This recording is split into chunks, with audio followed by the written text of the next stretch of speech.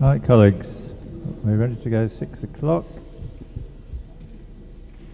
Welcome to this meeting of Derbyshire Dales Planning Committee, held here in Wirksworth Leisure Centre on Tuesday, 13th of May 2025. Special welcome to all our members of the public. We can't hear a word you're saying. Sorry? We can't hear a word you're saying. Right, I'll start again then. Welcome to this meeting of Derbyshire Dales. Can we not hear anything? Terrible.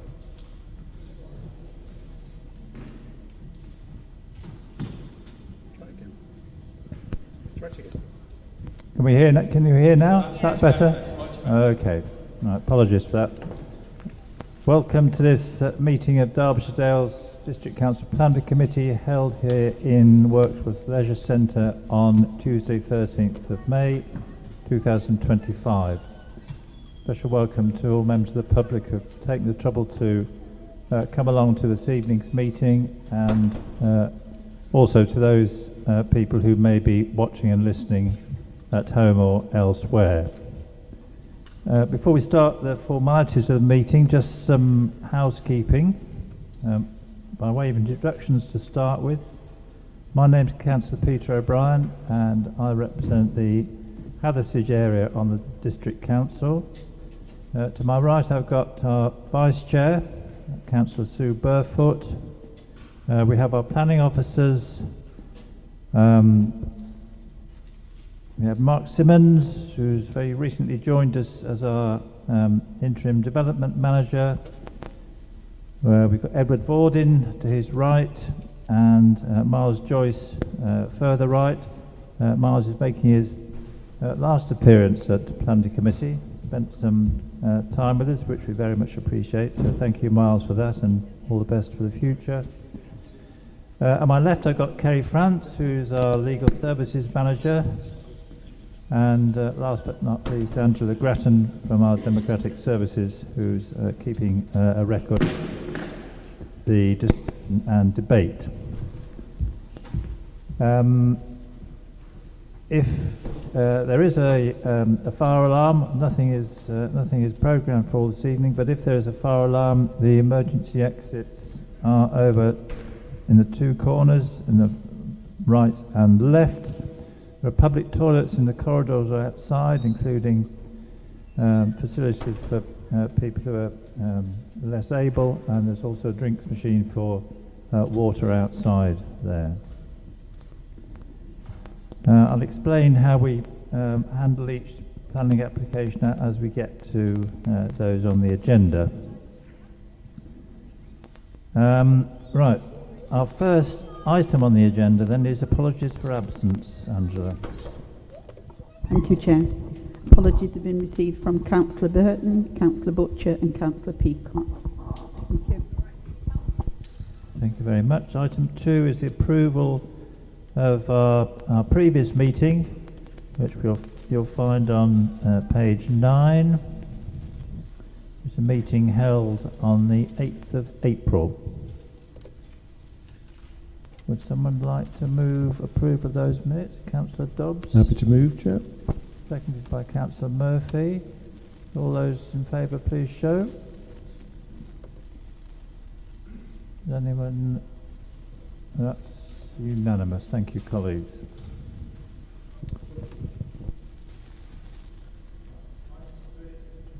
Item 3 on the agenda are interest. Any declarations of interest from members who may have an interest in any application on the agenda this evening? Are there any? No, we've no declarations of interest. We now move on to the 4 applications we're here to consider and determine this evening. Normally before each item, members of the public speak for or against an application. That's how we work. We do it for each application. But on this occasion, Councillor Hobson, who is here to speak on application in Matlock, the traveller site application, she has to be elsewhere this evening, so she is going to make her statement at this stage in the proceedings rather than when we come round to determining that application, because she will have to have left by that time. So Councillor Hobson is going to speak now for 3 minutes against the application. This is the application for the Travellers site on Derwent Way in Matlock. It's on. Thank you. Thank you, Chair. My name is Susan Hobson, and I'm a Derbyshire County Council councillor and also a councillor at Derbyshire Dales District Council. I'm speaking this evening as I believe that the points raised by Derbyshire County Council strategic planning and their strong objection to this site being used for temporary purposes, together with the comments that I made as part of that submission, have not been given sufficient consideration. The report is incorrect in stating that my submission related to Roseley, and I think this illustrates a worrying lack of attention to detail by the Planning Department. Derbyshire County Council object by stating that the application site is in a wholly unsuitable location for such use. I am particularly sceptical about the term temporary when the family have been there for years. Years. Has anyone looked into the case that the travellers have a right to stay there permanently, should they want to? Has there been any direct consultation with the travellers as to what they want? How will moving vulnerable traveller families from one unsuitable car park to another actually work in practice? My other issue is one of predetermination by Derbyshire Dales District Council in allowing the formal statement by the Gypsy Liaison Officer to be included in this report, who states that the family are willing to reside at Roseley for the summer, when the planning application for Roseley has not yet been heard. All the points I have raised are material planning considerations: tourism and business impact, flooding, site suitability, and the credibility of the temporary designation, and should all raise major considerations for this planning committee, as well as a significant issue of predetermination. Thank you, Chair. Thank you for committee. Thank you. Thank you very much, Councillor Hobson, for that. And our officers will try to address some of the points you've made when we get to consider that application. Right, we'll move on to the consideration of the first application here this evening, and this is an application in Wirksworth on Hay Lane at the Racecourse Retreat campsite. It's a full application for the erection of 4 glamping pods together with associated works involving access tracks and car parking. Now we have a number of speakers both for and against this application, and then we have some late representations. We're going to take the speakers first, and we're going to take those who are going to speak against the application first, and those who are going to speak for it. So the first member of the public to speak against the application is Ms. Vanessa Dewhurst. Would you like to come up to the microphone over here? It's already turned on, so just feel free to speak. And you have 3 minutes, please. Okay, can I just ask the committee, have they got the officer's report in front of them? Because I make representations to it in my speech. Yeah, great. Assume that members have read and have the report. Brilliant. Okay. Hello, I'm Vanessa Dewhurst and I live at Hurst Cottage, the property closest to the development site.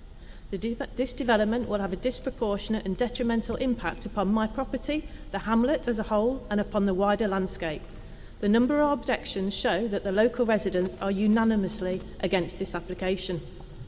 The Planning Officer's report sets out the relevant planning policies, and I cannot agree with his recommendation number 4. Policy EC9 of the local plan at paragraph E states that the development must not adversely affect the amenity, tranquility or public enjoyment of any adjacent area. Policy PD1 states that the development should achieve a satisfactory relationship to adjacent development and not cause unacceptable effects by reason of visual intrusion, overlooking, shadowing, overbearing effect, noise, light pollution or other adverse impacts on local character and amenity. The report states that my property is 65 metres away from pod number 1. In fact, the pods will be within just a few feet of the top of my garden as shown on the site plan. Because the hillside rises steeply behind me, the pods will have an overbearing effect, will be very invasive of my garden and be clearly visible from my house. No amount of screening will reduce their prominence. I cannot agree with the officer's conclusions at paragraph 758 and 760. Contrary to policy PD1 and criteria E of policy EC9, there will be unacceptable impact upon my privacy, that of my neighbour and that of Hardhurst Farm. The elevated position of the 4 pods and access track will inevitably result in exposure to noise and light. The officer's comments at paragraph 749 apply not only to the setting of Hardhurst Farm, but also to the impact upon the immediate and wider landscape. We do not accept the officer's findings at paragraph 752. The elevated siting of these 4 pods will result in a disproportionate visual impact on the landscape, and the site will not be screened by any existing landscape features, contrary to policy EC9, S4 and PD5. There is a history of planning enforcement, and the applicant's past conduct is an indicator of his future behaviour. We are concerned he will not fully comply or respect any planning conditions. There are unresolved matters regarding effluent and wastewater. Sewage overflow has already been an issue and has contaminated animal drinking water. Water and surface runoff from the existing track is a frequent problem. As my property is immediately downhill of the pods, I am extremely worried that surface water, wastewater or runoff from a cesspool might affect my garden. There is a complete lack of trust in the applicant given his past conduct and disregard for the planning process. We do agree with Mr Vorden's conclusions regarding the heritage asset and lack of accessibility to public transport. I would ask you to follow the officer's recommendations and refuse this application. Thank you for your time. Thank you very much, and thank you very much for keeping to time there. Our next speaker, Mr Thompson, Mr Neil Thompson, who is also going to speak against the application. Mr Thompson. Good evening, everybody. Hi. I'm not sure how I'm supposed to deliver a professional speech after all those two, but there you go. I'm just like Vanessa, we're speaking for all the residents in the area. There are about 12 households that surrounded this ongoing caravan expansion, camping ground expansion scheme. I mean, this is, as Vanessa said, a highly visible bit of building work in the countryside. You know, you can, the screening around it is supposed to be, according to the policy, is mature. And it's supposed to be hidden behind mature screening. It's gauche, you can see through it. How you're supposed to actually build these pods, at the top pods, which are really the main issue, without actually damaging that screening is not good. And as Vanessa likewise said, it's at a 40-odd degree angle, so it will be seen and heard from afar. Point 759 rather, the noise issue and the tranquility issue. I live 400 metres away from this. And last summer, when I was sat in my garden, I could hear campers talking just over coffee quietly at the top of the hill. So, you know, that's 400 metres away because of the elevation of these proposals. And this will be no different. So I do wholeheartedly agree with Vanessa that actually, irrespective of the planning officer's conclusion, we will hear this. The local plan and sustainability issue, obviously, that failed all around there. The other policy, EC10, the farm diversification. Mr Britton's and his team have put together, they've said they have a turnover of 7.3 thousand, 6,000 from hay, 1,300 from grants. Now, if you look at Google, you look at NICS, which is a book, an annual publication farmers use for their financial planning, they will tell you that land of this character will produce 100 to 200 pounds a year income. Now, if you multiply that up by the 20 per acre, if you multiply that up by the 27 acres, you've got 2,700 to 5,400 plus grants. So that does sort of support their argument of £6,000 or £7,000 income. But of course, then they've got a projection there of £45,000 per year income from this land. I mean, that's That's £1,650 an acre. I mean, that would make every small farm in the UK viable if that was even remotely accurate. So I would question those factors. Now, if you put into context that this is supposed to be an insignificant, this is supposed to be a lesser development supporting the farm enterprise, then really, if you look at the average rental for a pod, might be 600, 700, say for argument's sake, £1,000 a week, just to make the maths straightforward. And a lot of them are. And I think these pods are 13 metres long, they're quite big. Then that works out at 100% occupancy, that's 208,000 a year. Even at the projected first year occupancy at 30%, that's 60,000. I mean, that is massive by comparison with the farming income. So again, I would say it fails miserably on that front. I think you'll find note 7.22 from the planning officer sort of clarifies that. If you could sum up, please. Okay, I'll move quickly on. Impact on the residents. One of the big points with this is the fact that we've had to date put up with 2 months, or maybe a little bit more depending how he's done it, of camping. This is going to be 12 months of noise, and the noise will be at night when people don't watch the television when they come away camping. They have a barbecue, they sit outside, look at the stars, have a glass of wine and talk. Hear that. I must take that as a summing up. Can I have 1 second more? No, you've overstayed. Okay, all right. Okay, no problem. Thanks very much. Fair to everybody. Right, we'll move on now to those people who want to speak in favour of the application. First up, we have Councillor Jason Farmer, who's speaking this evening as an individual rather than a councillor. Thank you. Good evening. I came to this meeting tonight to explain the similar circumstances of this application to one in my own parish of Darley-Dale. Campsites, by their pure nature, are very often located away from main road locations and situated in beautiful countryside that exists all over the Derbyshire Dales, meaning that they do not always have the ideal public transport links. These are unfortunate circumstances of our area. I note from the report that one of the main objections is that there is actually no public transport available. This brings me to my reason for why I'm sitting here tonight. There was also no public transport available at Burleyfields Farm, indicated in Darley-Dale, as I said, in 2024. The planning committee approved that site for Ford lamping pods in a very similar rural location. Derbyshire Dales, as I'm sure I don't have to remind you of, has a policy to promote tourism and welcome people to enjoy our beautiful countryside.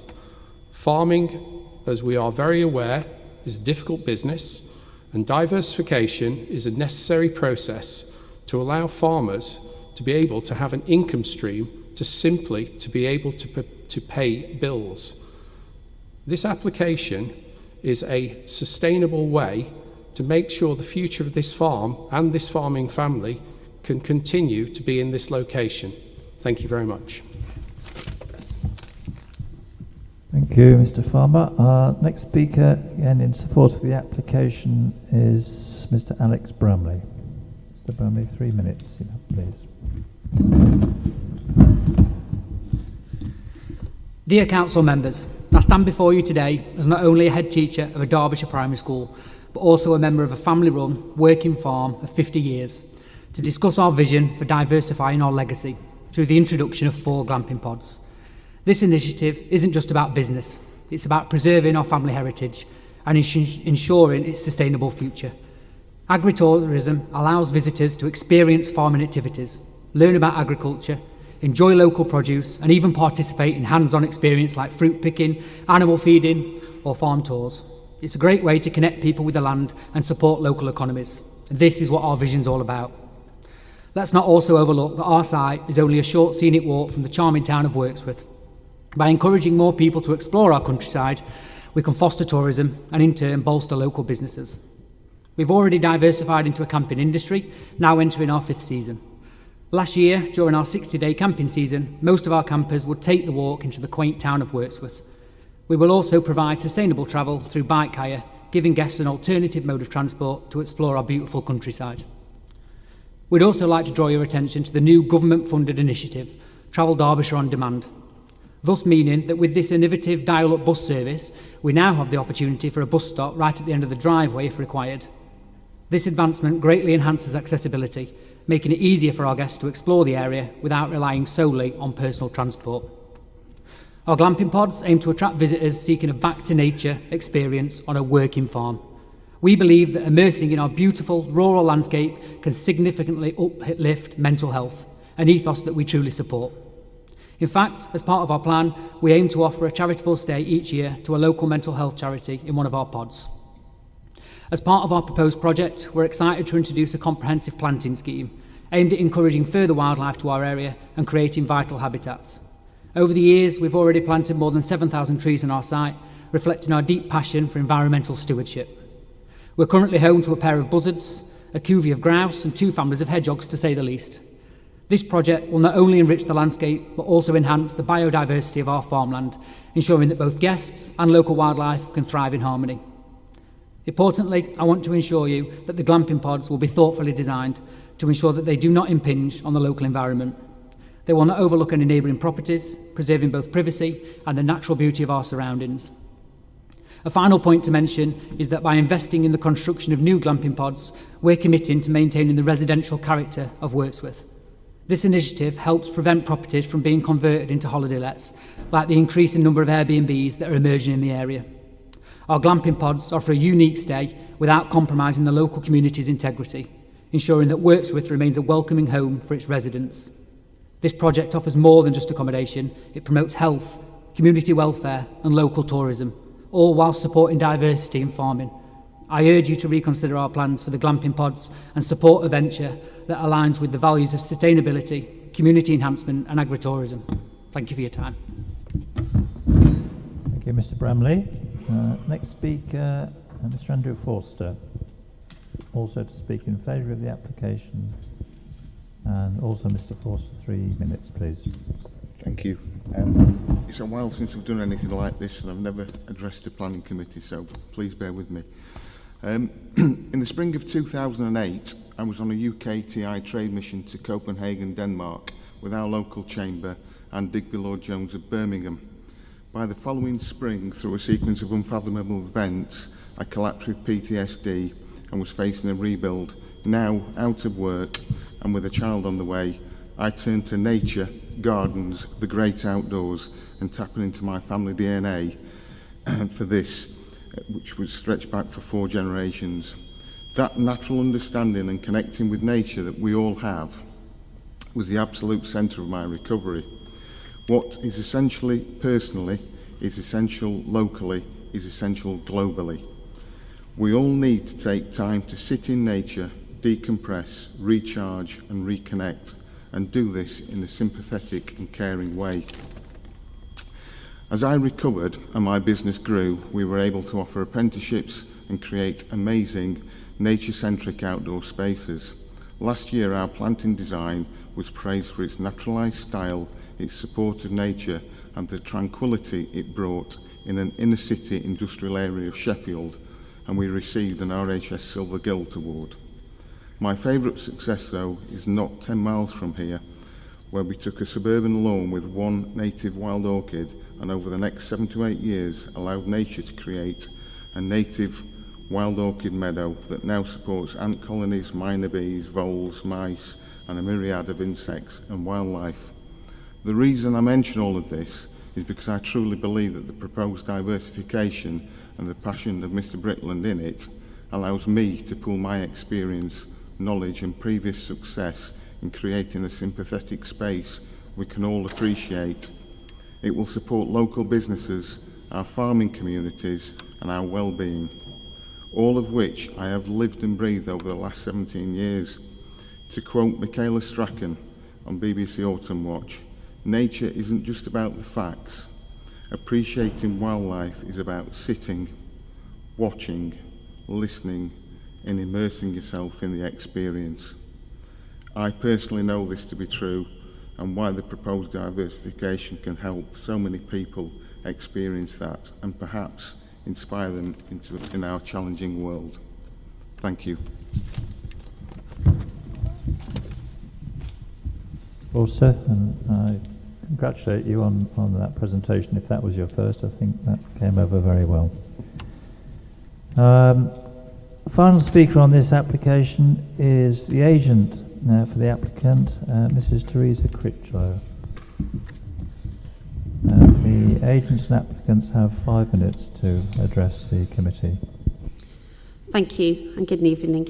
The report before you recommends that the application is refused for 2 reasons, and I would like to address both of these in turn.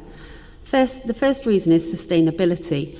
Whilst it's acknowledged that the site technically lies within the open countryside, it lies just a short distance from Wirksworth, which is classed as a first-tier settlement.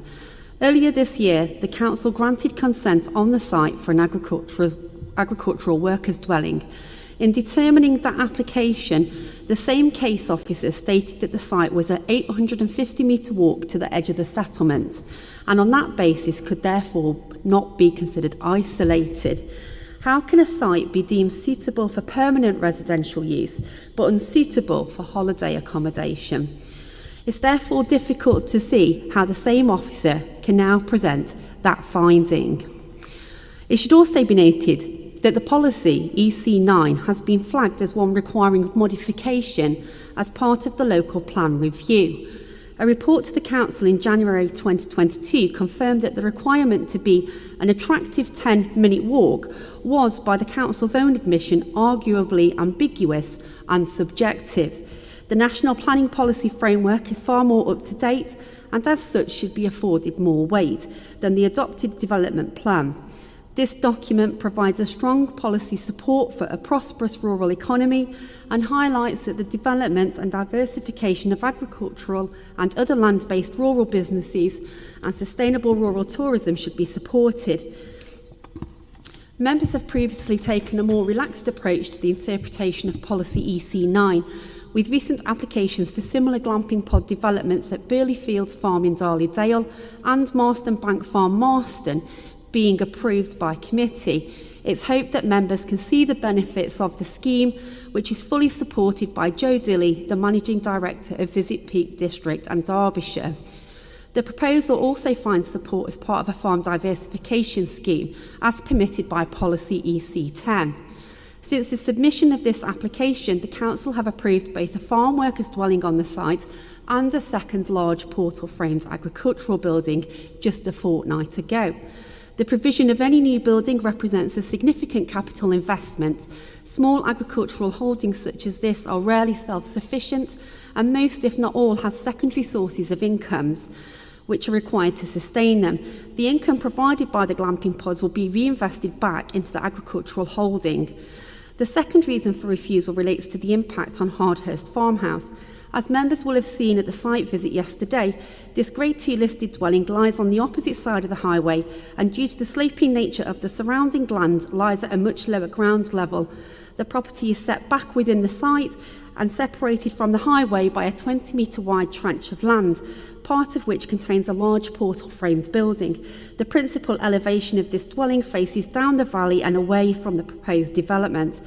The glamping pods are offset from the listed building, and the intervening distances and topography means that they are not readily viewed together. The proposed pods are modest in size and scale, and their overall form and design has been carefully considered. The 2 pods on the lower part of the site will be dug into the ground, with only the part of their front elevation visible, whilst the higher 2 pods will be set well back within a natural depression. Extensive and mature tree planting already exists, and views of the development from the yard at Fardhurst Farm will be significantly filtered by this and the existing large portal-framed buildings.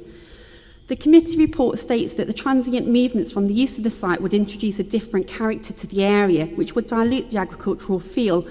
This assessment clearly fails to acknowledge that the application site is already lawfully used by the applicant for camping.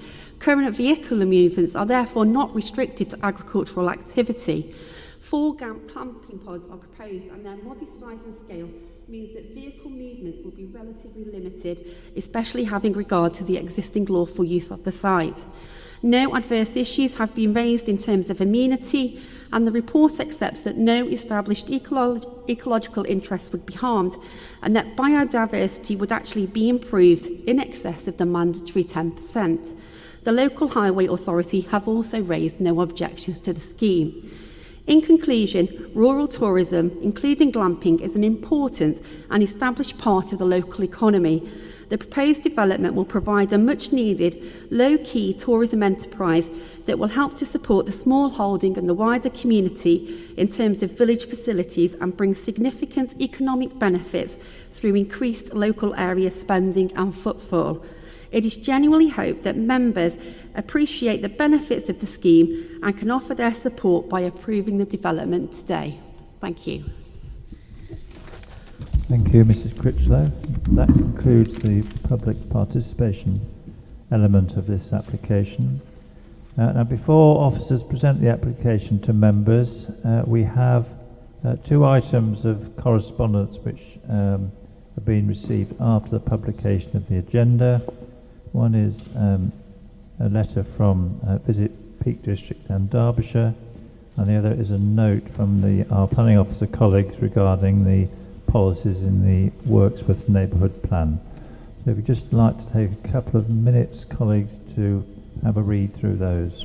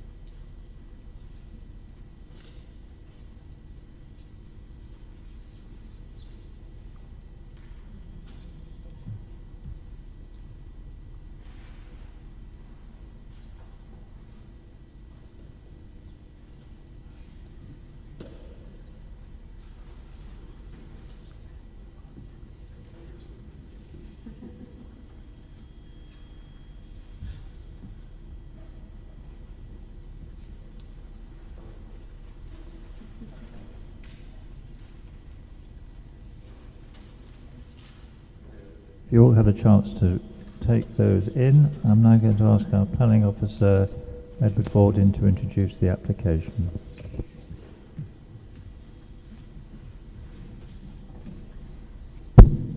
Thank you, Chair. Is that working all right? Yeah. Right. So, sorry, the presentation screen is a little bit smaller than we're used to. So, that's the site plan there. Apologies again, that is, like I say, smaller than we're used to. But yeah, so full planning permission is sought in this case for the erection of 4 glamping pods with the associated hard and soft landscaping works, including addition of car parking and the paths to access each of the 4 glamping pods. The site is located to the southeast of Wirksworth with the access off St Helens Lane and Hay Lane. The site forms part of a small agricultural holding. The location of the development is on a hillside immediately northeast of the entrance to the site, and it is located within the countryside. So policy S4 of our local plan sets out the development, and it sets out that development that represents the sustainable growth of tourism or other rural-based enterprises in sustainable locations where identified needs are not met by existing facilities is supported in principle. Policy EC9 sets out the criteria for new holiday accommodation, such as the type that's proposed here. Policy criteria A, B and C of policy EC9 relate to the design and layout of the scheme, ensuring that it would not have any prominent or adverse impact on the character of the area and that it's well screened and of appropriate scale.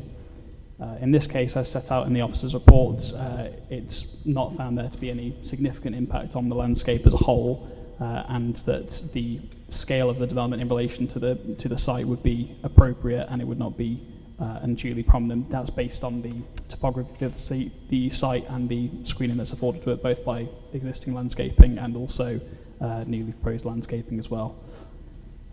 The Council's Conservation Officer, however, did also raise or identify less than substantial harm to the setting of Hardhurst Farm, which is located south of the site, just opposite the access to the site. That is a Grade 2 listed building, and it is noted to be a farmstead ensemble of special architectural interest in a national context. Given this, it is especially sensitive to changes in setting away from its agricultural history. So there is less than substantial harm that's been identified there on the lower end of the scale, given the limited visibility between the sites. Criterion D of Policy EC9 requires the site to be in a sustainable location within or in close proximity to an existing settlement with good connections to the main highway network and the public rights-of-way network or cycleways, and to be either served by public transport or within a safe, attractive 10-minute walk of regular public transport services. And in this case, as previously done on previous applications for similar proposals on this site, the proposal is not within a safe or attractive 10-minute walk to any regular public transport service. The nearest ones are being within Wirksworth on Derby Road, which is a roughly 25-minute walk away. So that is the aspect of Policy EC9 which is in conflict in that aspect. Criterion E of Policy EC9 requires the development also not to adversely affect the amenity, tranquility or public enjoyment of any adjacent area, similar to Policy PD1 in terms of not impacting on amenity in general. So the nearest pods are located more than 60 metres away from the nearest dwellings themselves. I should clarify that that measurement is to the actual dwellings themselves, not, I should grant that to the boundary of the neighbour's land, it is a lot closer, but the garden spaces there are relatively larger spaces in this sort of rural setting. So those measurements drawn, to clarify, are to the actual dwellings themselves, the buildings, rather than the actual property boundaries, if that makes sense. With that in mind, anyway, taking into account the topography of the site, the landscaping, the orientation of the pods, how they're set, and just the scale of the development overall, as set out in the officer report, it's not found that there's any significant impact regard to privacy, daylight, or outlook. There are concerns have been raised regarding noise, but again, in terms of the impact that would be inherent related to this proposal for 4 glamping pods, it's not considered that there'd be a significant impact, as I say, inherent to that proposal. But I should note again at this point that that's solely to the use of these pods and not events associated with the site, and that conclusion effectively assumes a reasonable management of those pods. In any case, the recommendations for refusal in this case, but as I say, there's, in terms of the impact on noise relating to the inherent use, it's not considered that would warrant its own reason for refusal here. No objections have been received from the local highway authority. The access will remain as existing, and there's 4 car parking spaces proposed on the site to facilitate the development. The proposal will meet its statutory requirements in providing a biodiversity net gain, and it will provide roughly 16% in habitat units and 71% in hedgerow units. So overall, there's 2 reasons for refusal. That relates to the conflict with Criterion D of Policy EC9 relating to the 10-minute safe and attractive walk requirement, and PD2 in relation to the less than substantial harm relating to Hardhurst Farm, which is a Grade 2 listed building. So the Planning Compulsory Purchase Act of 2004 requires proposals to be determined in accordance with the development plan unless there's material considerations that indicate otherwise. We do have a policy EC10 on farm diversification, and the applicant has put forward that this is a farm diversification scheme to facilitate the ongoing support of the agricultural enterprise. However, based on the dialogue that's been going on, and based on the information we have, and working with our rural consultant on the matter, we have not considered at this time that there's sufficient information to confidently state that this would genuinely represent a diversification without undermining the agricultural enterprise on site in terms of weighing those up, because policy EC10 does require that any sort of non-agricultural activities on an agricultural enterprise be effectively secondary or subservient in that regard. And there's not sufficient evidence that that would be the case. So that's not found sufficient weight in this case. So that is why the recommendation is still for refusal in line with the policies and the development plan. Just taking you through the rest of the plans. Again, I appreciate they're smaller. So these are the sort of earth-mounted pods. These are the two lower down on the hillside. And then these are the ones that are set within the gorse on a small plateau, surrounded by there's existing gorse, as some members saw on site. So those are the more upstanding ones, and they're not earth-mounted. And then, of course, there's the paths and soft landscaping associated with the development as well, and the area of car parking on the existing access. And that sets out the officer recommendation and the proposal as a whole. Thank you. Edward, we now have a period of questions from members to our planning officer. As usual, please keep your questions concise, to the point, avoid speeches, and try no more than 3 questions. Councillor Hughes, you were first. Hello. Thank you, Chair, and thank you for the good presentations by our officer and also by the members of the public and the applicant themselves. I think they were very informative for us all. I've got two questions. The first is about the agricultural business and how much weight we can give to what I would consider to be speculation, both from the applicant and also our consultant, about the whether or not this is going to be this business would be subservient to the agricultural business, or would be the major part of the business conducted from these premises. I feel that you're not putting any weight into either of those, and I would like you to confirm that that's the case. The second is concerning the damage to the heritage assets.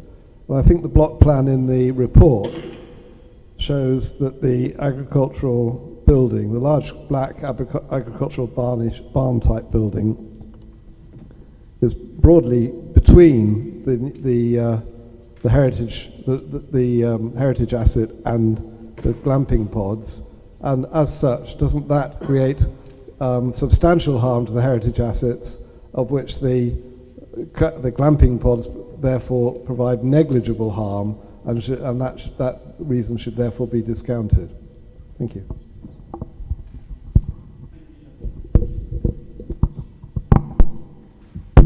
There we go. Thank you. Through you, Chair. So, taking the first point on farm diversification, I've managed to bring a copy of the local plan with me. So EC10, I'm sorry that it doesn't, I can't remember if it actually refers to in the officer report in terms of the full wording, but it sets out that, so development which forms part of a farm diversification scheme will be permitted where the proposal can demonstrate the viability of farming through helping to support rather than replace or prejudice farming activities on the rest of the farm. So as set out in the report, we did receive some details of how the existing agricultural holding takes income and effectively, some rough figures on how they intended the amount of money they intended to make off the glamping pods. But because I'm ultimately not an expert in being able to scrutinise those figures myself in detail to ascertain whether or not they're true, we did instruct a rural consultant to look at those figures, and they requested 3 years of agricultural finances just to demonstrate that there was a viable agricultural business on site, and to date we have not had that information. So I'm led to believe that we, as it stands, in lieu of that information, we simply just don't have. If the rural consultant can't take a technical or expert view on whether or not it genuinely represents farm diversification, then I can't afford that element of the scheme much weight. So I believe I put, at best, it can be afforded limited weight. Ultimately, it is an agricultural holding, and there are some level of farming activities on site, but it's difficult to quantify the proportion of those on site versus the tourism industry, which obviously we, as alluded to, there are all the activities related to tourism going on site, which are arguably much more prevalent on site rather than the agricultural element. So that's that point. To the heritage point, so yeah, so there is an existing agricultural barn that's closer to Hardhurst Farm. I think the point I'd like to raise is that existing harm to heritage assets doesn't negate or allow for more harm effectively. And also the way heritage tests or harm works effectively is if there's anything more than no harm effectively, then it's considered less than substantial. That's the terminology that's set out in the MPPF. So in this case, it was based on the impact on setting, and Historic England are clear that setting isn't necessarily entirely based on the visual aspect of it. It is also down to the sort of type of activities that are going on sites as well. And different factors, different buildings have different settings and different sensitivities to those as well. So that was the view of our conservation officer, is that they found an impact there as well. And the MPPF instruct us to look at that harm and weigh it against the public benefits as well. So that's something that'll be up to members to do tonight effectively. So I'd specify that the harm identified is on the lower end of the scale, but it's still officially less than substantial harm, and it triggers that public benefits exercise, and the public benefits has to be considered by policy EC9 relates to how we and EC10 relates to how we weigh up these sorts of schemes. So thank you. Thank you very much. Councillor Buttle.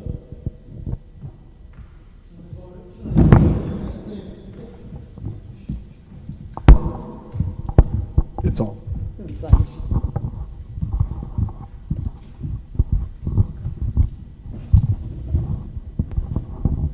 Thank you. I don't know if this is loud enough. I hope so.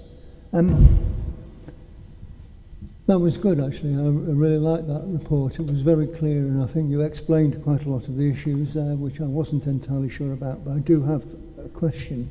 I'm thinking about whether or not there is a landscape aspect that we should be bringing into account in, say, 20 or 30 years' time, if there are more applications for glamping pods to be laid across the hillsides behind Wirksworth.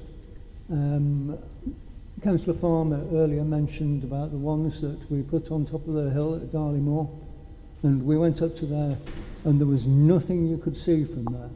There was it felt to me like we were committing no real change to people's outlook on the impact on the way try they to feel put a themselves question, being. Neil? Would you want the question? Yeah. Do we take landscape impact in the longer term and the change of policy through moving the goalposts seriously, and do we take it seriously enough? Thank you. Yeah, through you, Chair. So that's a good question. I think ultimately each application has to be considered on its merits. In terms of how sort of landscape is assessed, I mean, in this particular application, I mean, the proposed development was simply, in my view anyway, not of a sufficient scale to warrant a full-blown landscape visual impact assessment that you would expect on larger developments effectively. I'd acknowledge it's on a hillside, so it has some level of visibility there, but it's just based on the sort of small scale of the actual built form of the site. From a wider landscape impact assessment or impact, didn't consider it to be significant.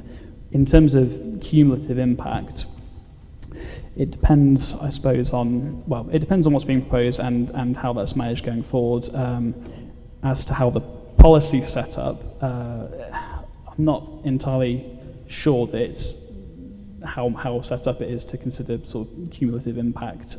It's not something we certainly couldn't resist it on the basis of it, preventing more cumulative, ultimately any more glamping pods will need permission at that point and have to be assessed on their merits as well. But I appreciate that it's impact that the council has to monitor going forward in allowing bit by bit each time. The same goes with any other type of development as well. It's just something the council has to monitor, but there's a limit to how much it can do on a per application basis effectively.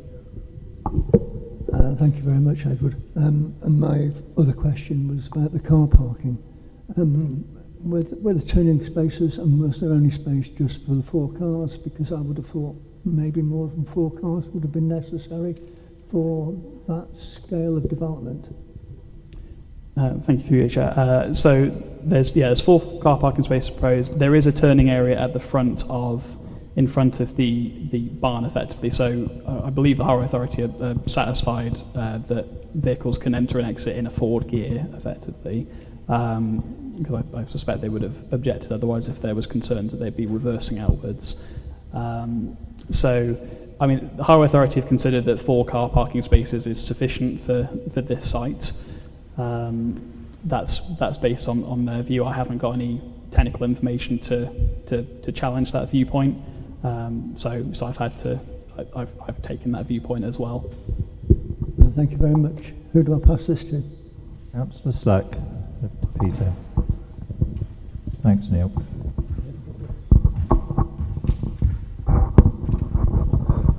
Thank you, Chair. And thank you for the presentation and all the speakers. It was a very good presentation.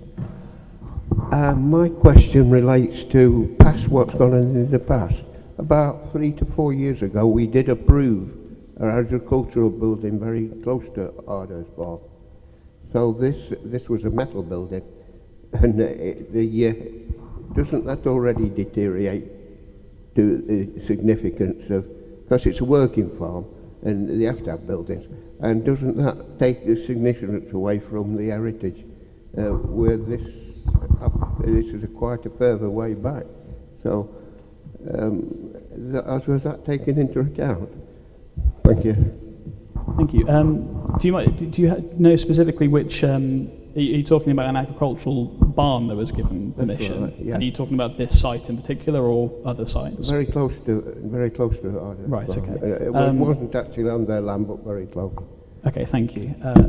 So, I guess the one thing I would say on that is that, well, for one, I don't necessarily know where the siting of that the agricultural barn you're referencing is.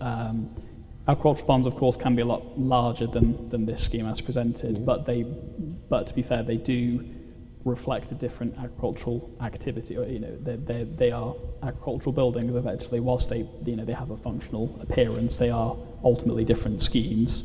And it also depends on the distance, visibility, and how they're going to be used as well.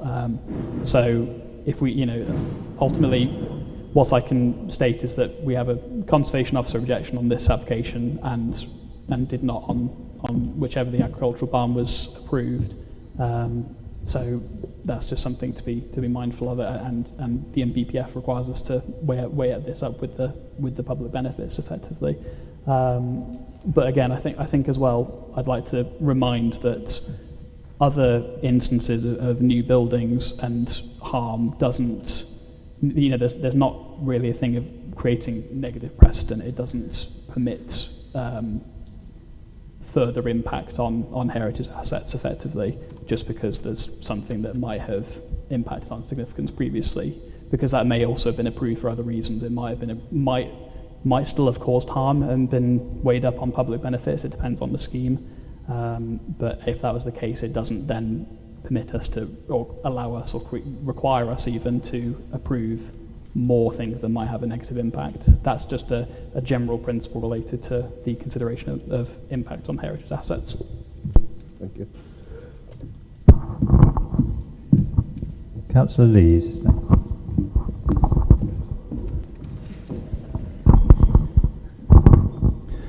Thank you, Chair. Yeah, my question is, obviously we've listened to all the speakers, some good points raised by them all. Obviously the farmers are struggling throughout the country, and require a bit of diversification. But my question is, related to the camping element of it, which was so many days. Could this be used permanently 12 months of the year, or is there a time limit on these? Thank you, through you, Chair. So technically this could be used permanently. I mean, we're putting it, the recommendations for refusal. If the recommendation were otherwise, then the amount of visits and the amount of days that it could be taken up can be controlled by condition.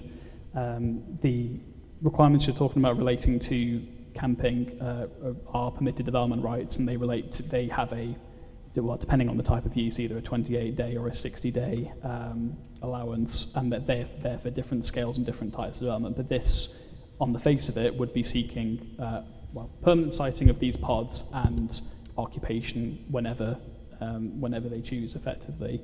But if such a scheme is granted, then that can be controlled through condition, effectively, down to the amount of calendar days or keeping a register.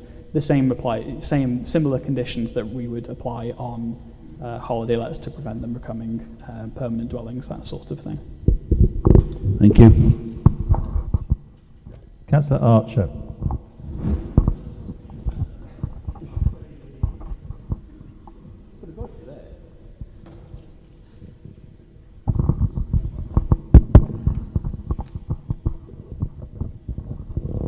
Pass the microphone here. Thank you. So my question relates to sort of impact on local amenity. The neighbour mentioned the proximity of pod 1 to their garden. Now, normally when we consider planning things like this, there's a considerable distance from the pod to the house, and see no issue with that.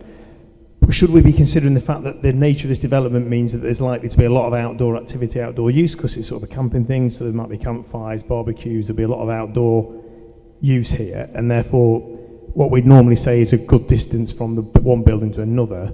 In fact, the garden is quite close because the development is going to have a lot of outdoor activity. Should we be considering that rather than the distance from building to building, just because of the nature of the development being a camping outdoor sort of activity place, if that makes sense? Yeah, through you, Chair. So the application on the face of it, is for the 4 glamping pods. It depends on, again, because of the recommendation, there's not sort of discussion on, or the report doesn't talk about conditions and things like that. But there's 2 elements I want to talk about. One is activities and things like that can be controlled through conditions, not always, because the level of enforceability does vary. And the other thing that I really do want to stress is that ultimately the council would still have powers under things like the Environmental Protection Act to enforce against statutory nuisances, dealing with disturbances, anything like that. So it's similar to dealing with matters of privacy. Technically, in granting that you could, or any other sort of development, we think about the impact that it's going to cause inherently versus what someone could feasibly do.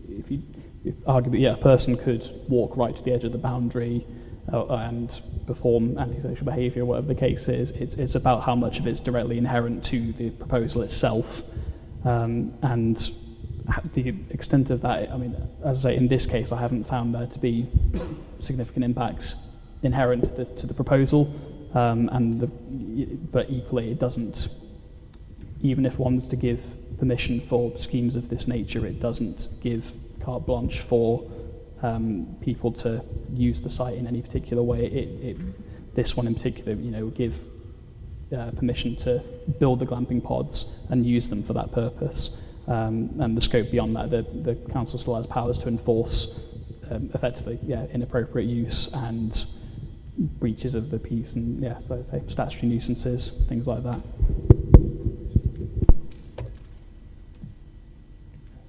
Councillor Dobbs.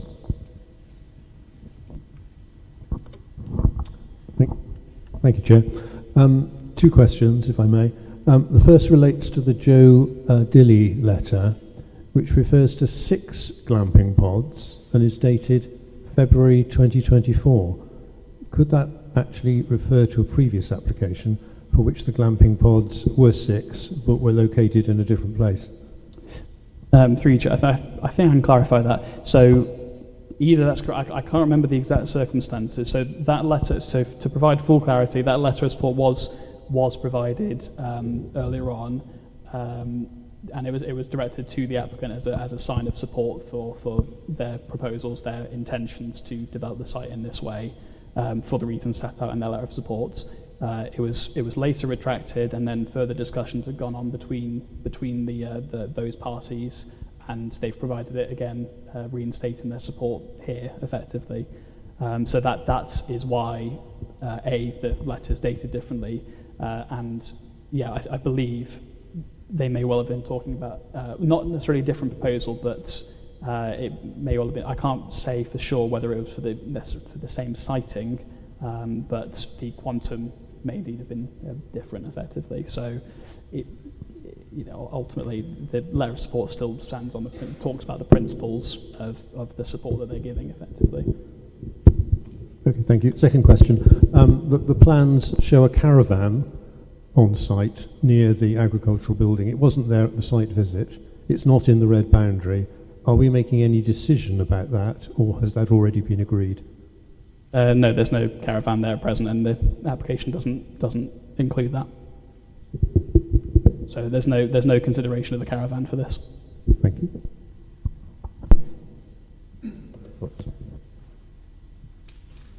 Chair, I think members of this committee will probably agree with me that these applications are always really difficult. But my question follows on from Councillor Archer's to do with outdoor activities. And I'm just thinking that sometimes these sorts of holiday accommodation, if it was to be approved, then want outdoor tubs, that sort of thing, how would that be something that would be conditioned if this application was to be approved? So I believe actually. So the first thing, I believe there are tubs proposed on the plan itself. I'm afraid, unfortunately, it's not zoomed in enough to provide the detail. I do have one paper copy on hand as well, but it's a small. They're on small terraces that extend out in any case. But ultimately, yeah, if there was a recommendation for approval, that would be based on that would require landscaping condition effectively, and that could be dealt with through that in terms of specifying materials and anything else. Beyond that, they'd have to have that all secured, at least at the condition stage, and there couldn't be any changes to the design from that point on.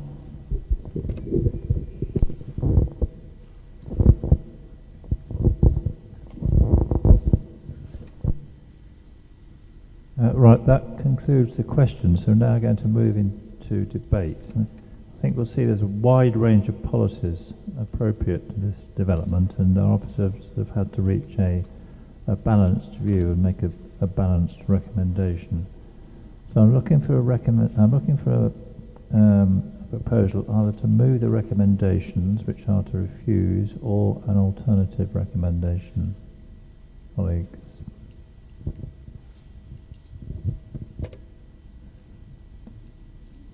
Don't be shy.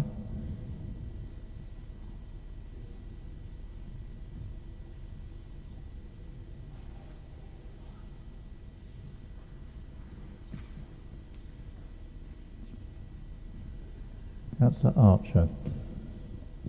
I'm happy to go along with the officer's recommendation. I think on balance that we refuse this impact on heritage asset. I think is important.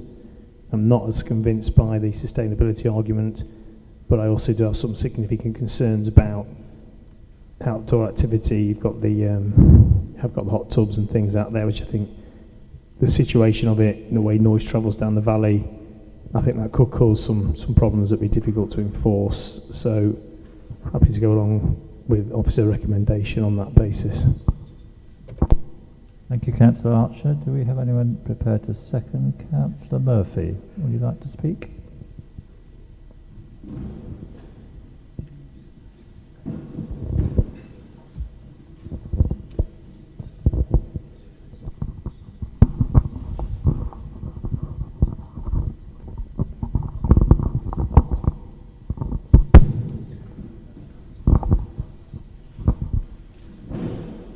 Thanks, Chair. I agree with what Councillor Archer has said. I had the advantage of actually going to the site yesterday and surveying the local countryside and the opposite hills and whatever.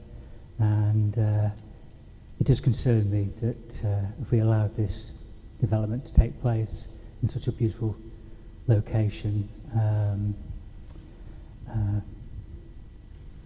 I don't know what we might be letting ourselves in future.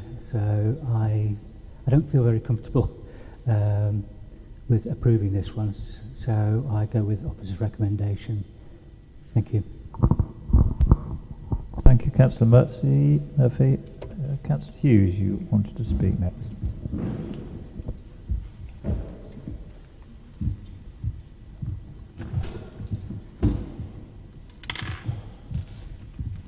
Thank you, Chair. I was in two minds. I still am in two minds about this application.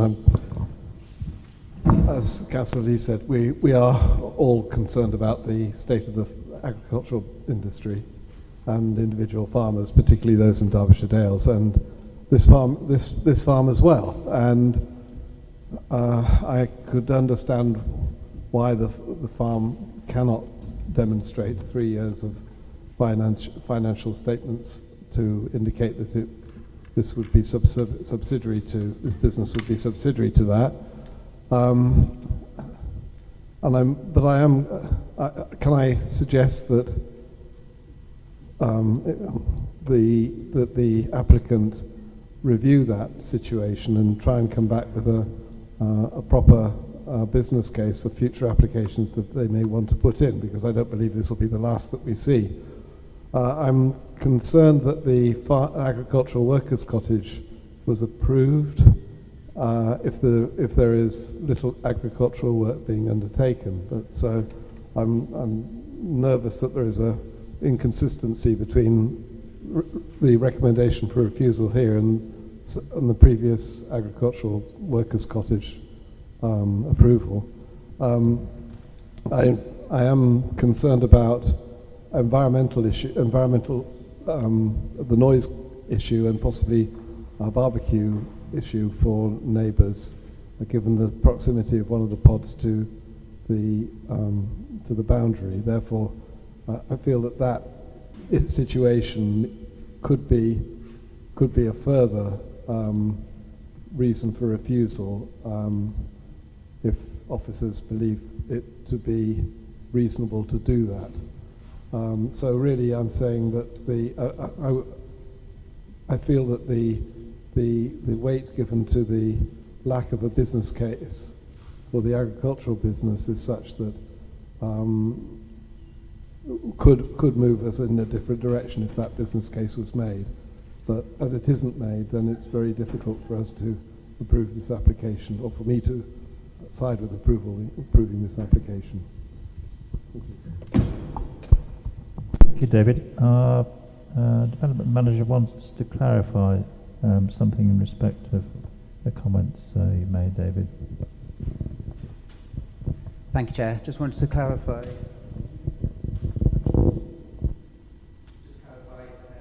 point,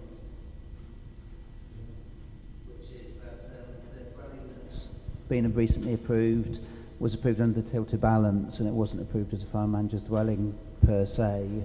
So I think that's a really critical material point, how the debate's going. And then my officers very clearly set out the reasons for refusal, and then a very good analysis of amenity. If members feel that amenity is then that could be an additional reason for refusal if you were going to go for refusal. So we'd be quite comfortable if you wanted to frame a reason on that basis. Thank you. Just to add to the point on the dwelling that was approved. So yeah, that was approved on tilted balance, and it wasn't. So when the application was put forward, it wasn't put forward with an argument set out for why it was needed for on an agricultural purpose.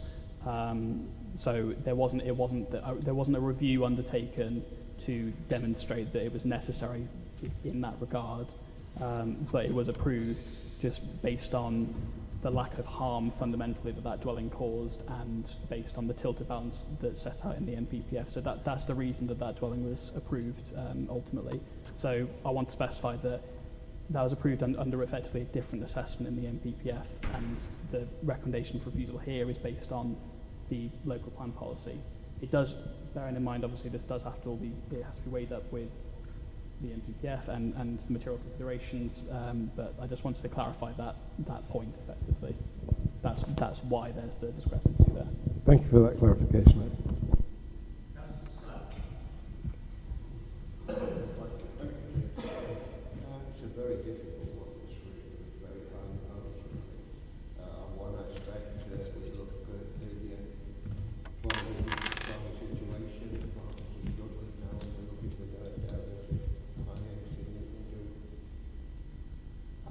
Okay, sorry, apologise. It must have got switched off. Yeah, I've started yet. Yes, the farmers, it's difficult for farmers now. They have to diversify into trying to make other sources of income come in. Also, it's difficult because in the countryside we're seeing now a lot of holiday, on another aspect we're seeing a lot of holiday lets and second homes coming on stream. We see enormous lot in villages in Wirksworth and all round, surviving villages all round, and diversifying into pods and around their farms is another way of answering the tourist side, where we can bring more tourists into the Derbyshire Dales with pods and farms around farm buildings. So there's a lot of different areas to look at that really. Are we denying tourism by doing this? Are we also encouraging more people to go for holiday and buying up cottages from local people? You know, we've got to look at this in a lot of ways. I do understand the noise aspect of barbecues and things like that happening. They will do, probably in the better weather, probably not in the colder weather, obviously. So there's a lot of two areas to look at, and I'm very divided at a moment. I do want to see more tourism in this area. I want to see the farmers doing well. I don't want people coming and taking all the holiday cottages, second homes. We've got to try and move people away from that area. And farming ponds and buildings around farms are ideal to do that. So it's a very difficult. I'm not made my mind up personally yet. Thank you. Thank you, Peter. If no one else wants to speak, Councillor Archer, you have an opportunity to sum up if you wish, before we move to a vote. Yeah, not much else to say. I think the silence spoke a lot when no one wanted to put forward a proposal one way or another, because it is very finely balanced, and I was leaning that way and was prepared to propose that way, but it is finely balanced. I understand the arguments in terms of it for it, and also do have a lot of sympathy. My own background's farming families. I understand the challenges they're facing, and generally, in principle, would support these sorts of developments and glamping pods. I think they're a great idea, but I think this particular location with the heritage asset and the issue of potential outdoor activities going on to the evening, noise coming down the valley, the location of it, there's just too many potential problems with it. So that's why, on balance, I think we should go with officer recommendation. Thank you. Now, it's been moved and seconded that we support the officer recommendations to refuse for the reasons set out in the report. Can we have all those in favour of that proposal, please show?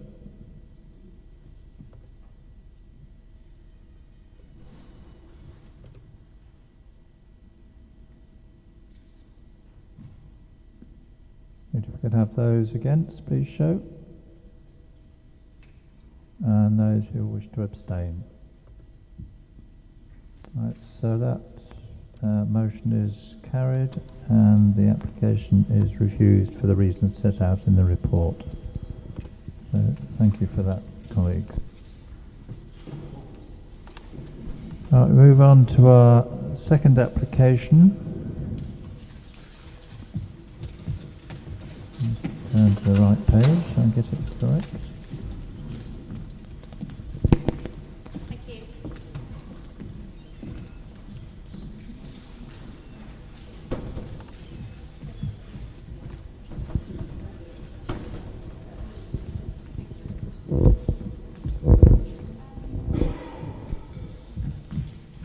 This application is at Roston and Shields Lane.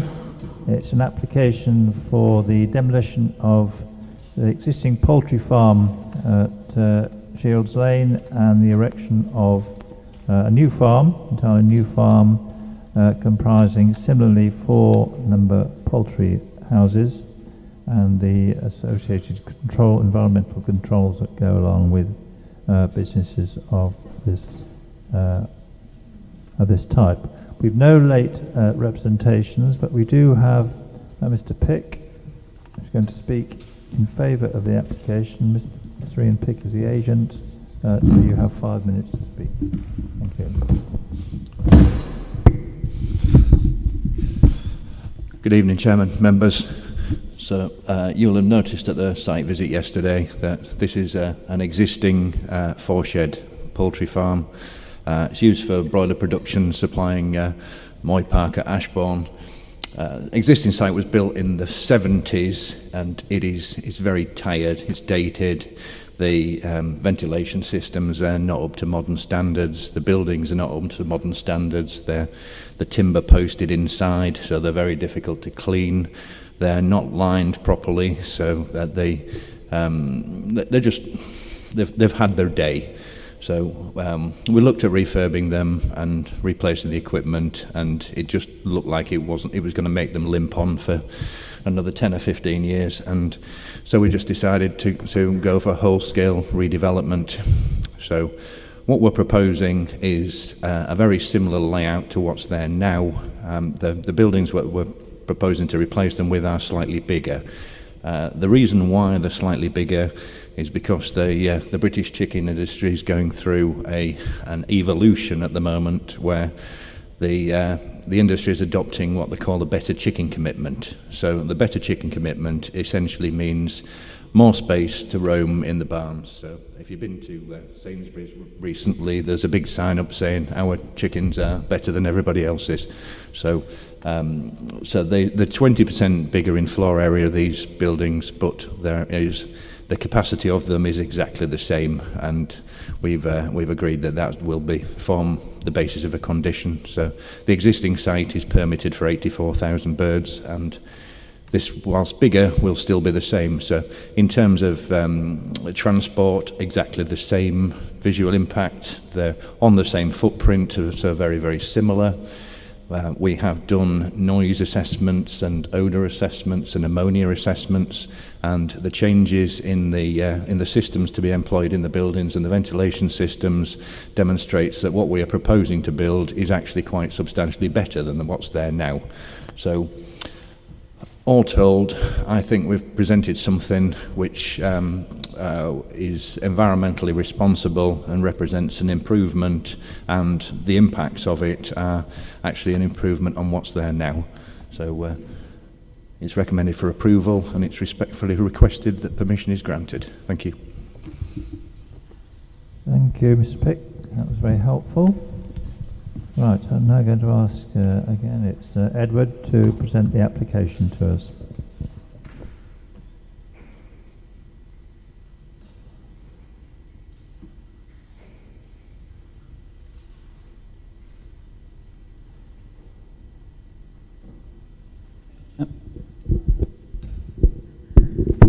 There we go.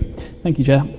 So this is a full planning permission sought for the demolition of the existing poultry farm and the erection of a replacement poultry farm extending to 4 poultry houses with the associated control rooms, feed bins, biomass boiler containers, bulk bins, and office and a store.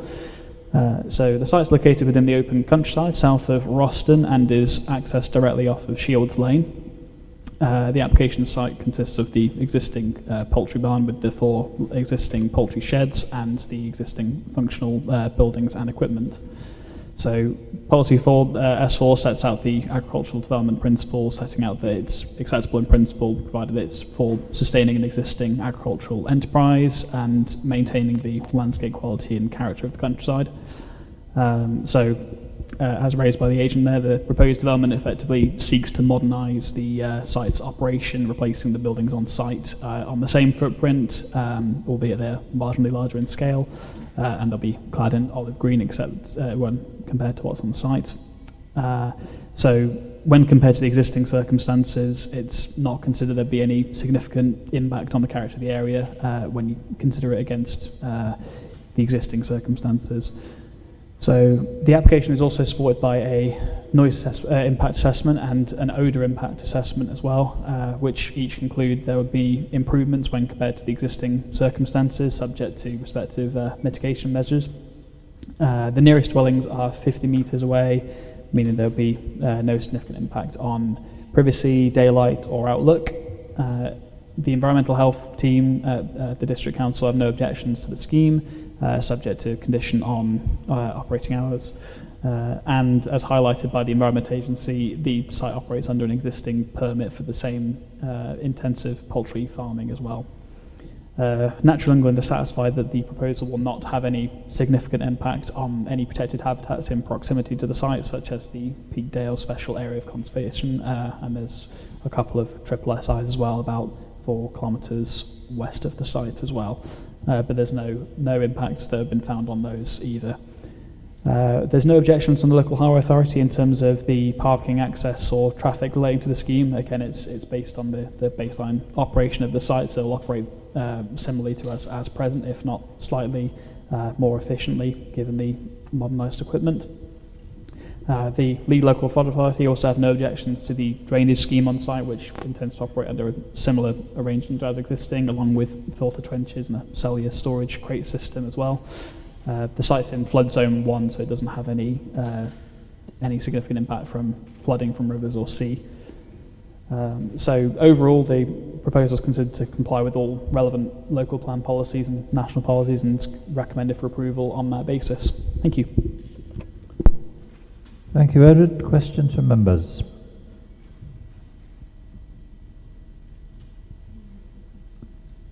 Councillor Burfoot. Whether this is a relevant question really, but can I assume that there will be better welfare conditions for these chickens than there were before? Thank you, through you, Chair. So that will mostly be enforced, but through outside of planning effectively.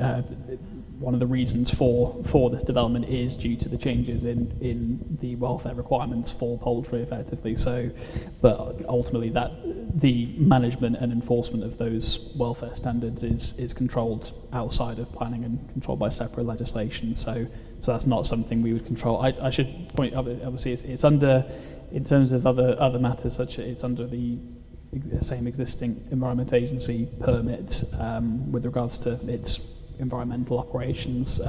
So the operators of the site will be well aware of how it needs to act. But as I say, in relation to actual welfare standards, that would fall outside of planning, but would still be enforced, and it should be an improvement compared to the existing circumstances in any case.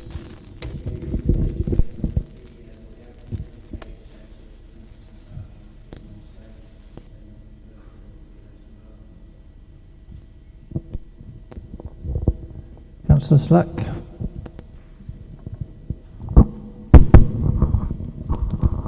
Thank you, Chair. Will it be better insulated than what the present ones are?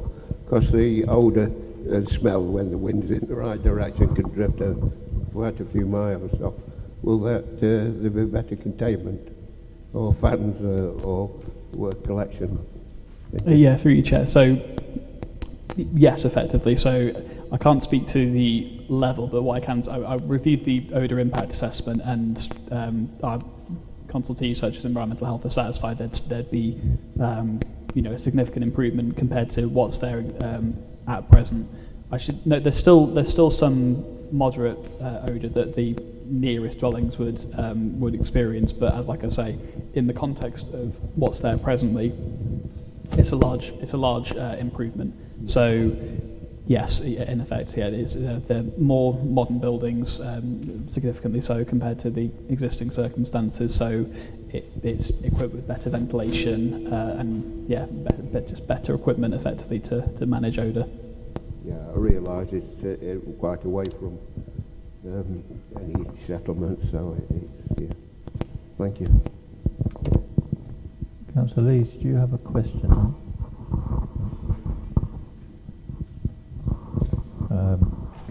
Councillor Lees was first. Councillor Lees.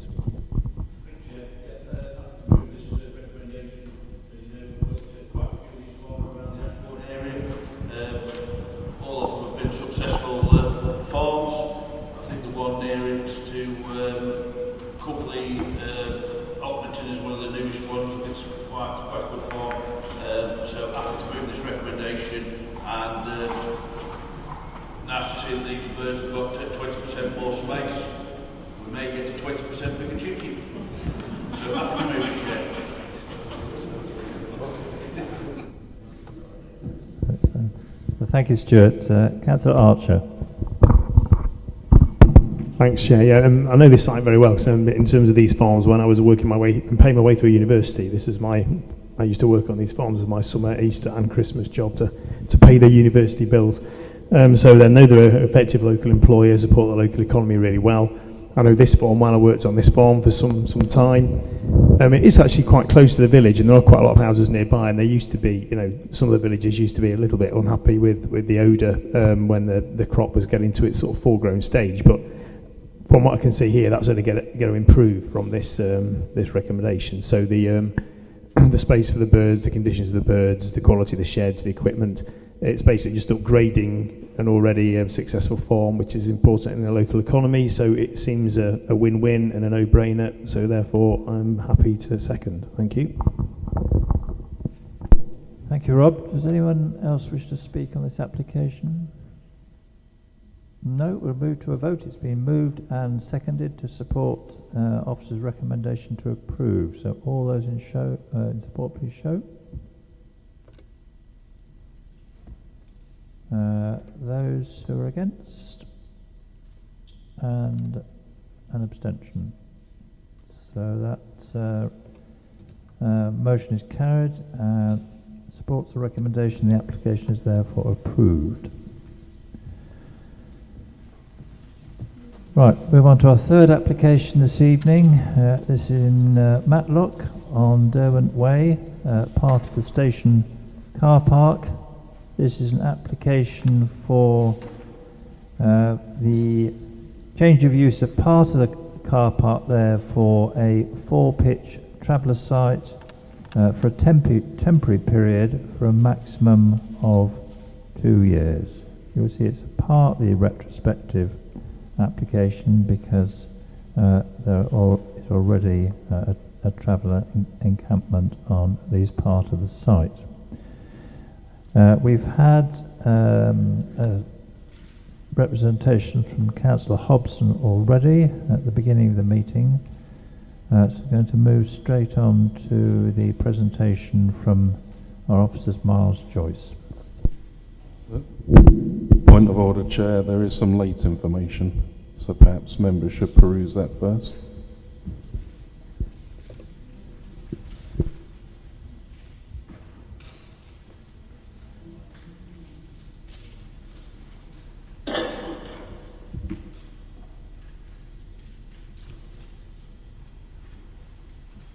In your presentation, perhaps you could also highlight your response to Councillor Hobson. Apologies for that.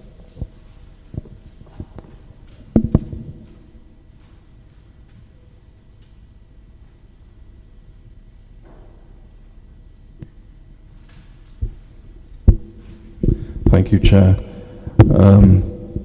This is the site is located in the northwest section of the existing Matlock railway station car park. To the north side lies the Derwent Valley Way, dual carriageway access road. Further north lies the River Derwent and Matlock town centre. To the south and west lie both the peak railway lines and the local supermarkets.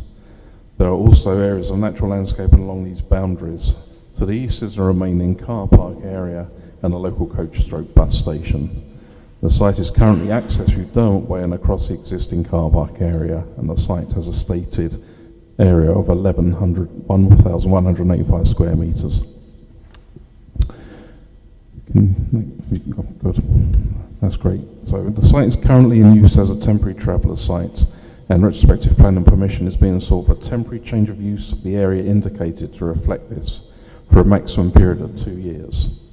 The site is to be provided with a temporary, approximately 1.8 metre high Harris-style fence system to its perimeter to provide increased safety, security and privacy. Sections of the fence are to be provided with acoustic lining. The fence will be provided with secondary openings to allow continuous use and free movement of vehicles to the remaining public car park area. The site is to be set out to formalise and provide 4 number designate caravan pitches and 6 number bespoke car parking spaces. In terms of the consultation replies, there were no objections from the County Highway Authority, nor the Derbyshire Wildlife Trust, nor the local authority's trees and landscape officer. There was support from the Gypsy Liaison Officer. The County Strategic Planner objects. They recognise the need, but they feel this is an inappropriate site for traveller accommodation. The County Councillor objection does refer to Rowsley, but in clarification, she did include as part of the Strategic Planner's objection her concerns and objections, as you heard earlier, about this planning application. There have been third-party concerns in relation to poor appearance and behavioural concerns as a result of this development. In terms of the principle of the development, is to support such pitches are supported subject to certain caveats, which amongst other things mean there would be no significant detrimental impact on neighbouring residential amenity and other land uses, and the site should have sufficient vehicular and pedestrian access and would not result in unacceptable traffic generation. That the site is well located in terms of access to local amenities, services and employment opportunities. There are adequate on-site water, electricity, waste management and recycling services, and the site is not situated in an area at high risk of flooding. Finally, the site is capable of providing high levels of privacy and residential amenity to site occupiers. Officers consider that the location amenities provided on site, along with the identified need for traveller site, renders this proposal as acceptable in principle, subject to other material planning consideration policies and guidance that be in accordance with. The 2-year period also provides an opportunity to assess the impact of the site, of the use in itself, I beg your pardon, whilst providing traveller pitches, whilst more permanent sites are sought elsewhere within the borough. In terms of amenity impacts, the site is far away from any residential property, and there's little impact on the nearby retail, railway, bus and car parking uses and their customers and stroke patrons. As such, a proposal accords with policies PD1 and HC6.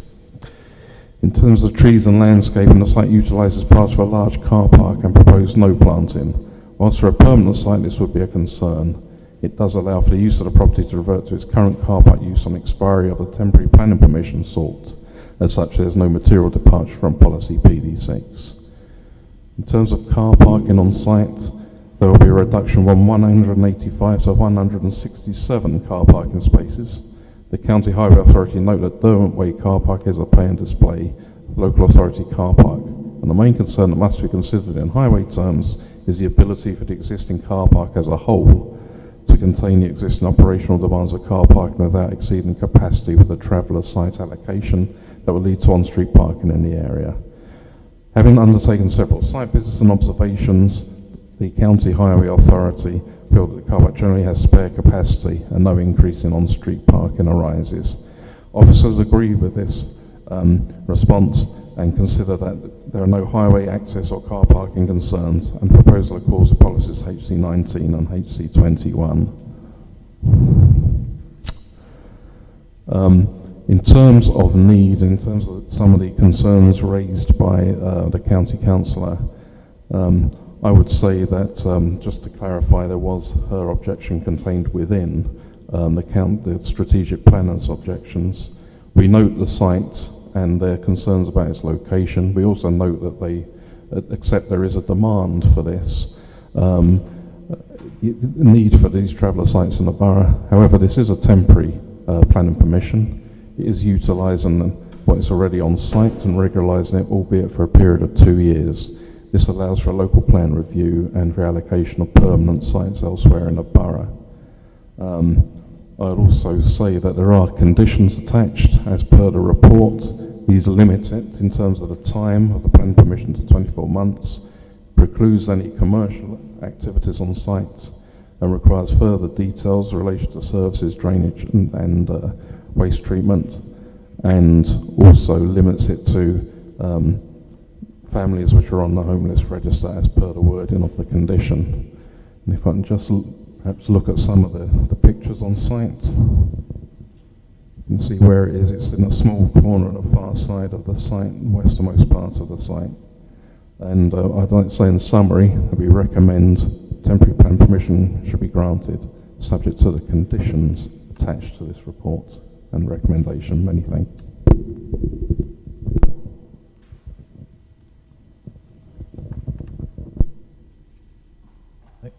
Thank you, Miles. Apologies, I mislaid the original late correspondence between Miles and Councillor Hobson. So I just want to give members a few minutes to read through Miles's response to Councillor Hobson's and her original representations, which were effectively contained within the response from the County Council. But if you'd like to have a look at that paper which was circulated earlier.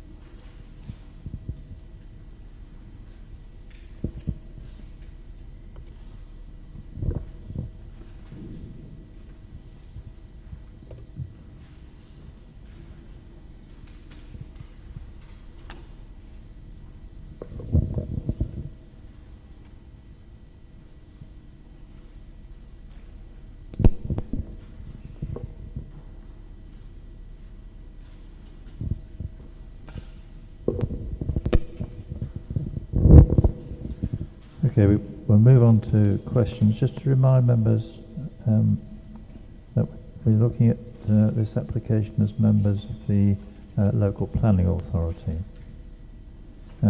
Councillor Murphy, your first question.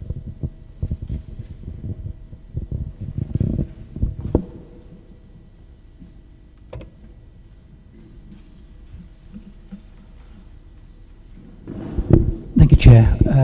Part of the visit yesterday, there was a couple of points raised.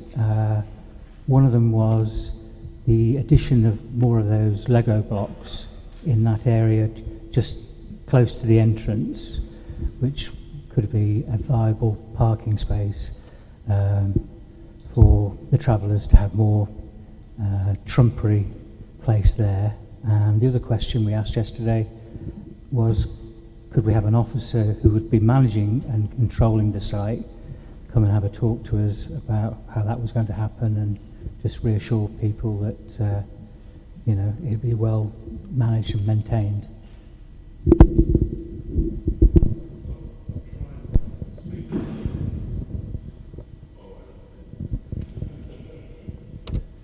Just to say, Councillor Murphy-Dermott, that all applicants have the opportunity to address the committee, and the applicant in this case chose not to. Yeah, I think in terms of the first issue, it really relates to accessibility to the site, what's going to be there, what's going to be retained in terms of car parking, in terms of circulation, ease of access and egress. The County Authority has said it's done several surveys. They are quite confident that there won't be any adverse impact in terms of encouraging on-site parking, in terms of the fact that accessibility is still maintained to the site, you know, access and egress to the site. So I think, you know, that is in accordance with policies HC19 and HC21. In terms of managing the site, it could be something there that it could be explored potentially with a condition or at least an informative, just asking for details of that to be provided. And if you look at the condition which requires further details in a couple of months for various things, it could be similar wording, it could be 1 month, 2 months to provide the details and then implement within another 1 month, 2 months. If members are so inclined, if they're minded to grant, but with that additional condition, that could be a possibility.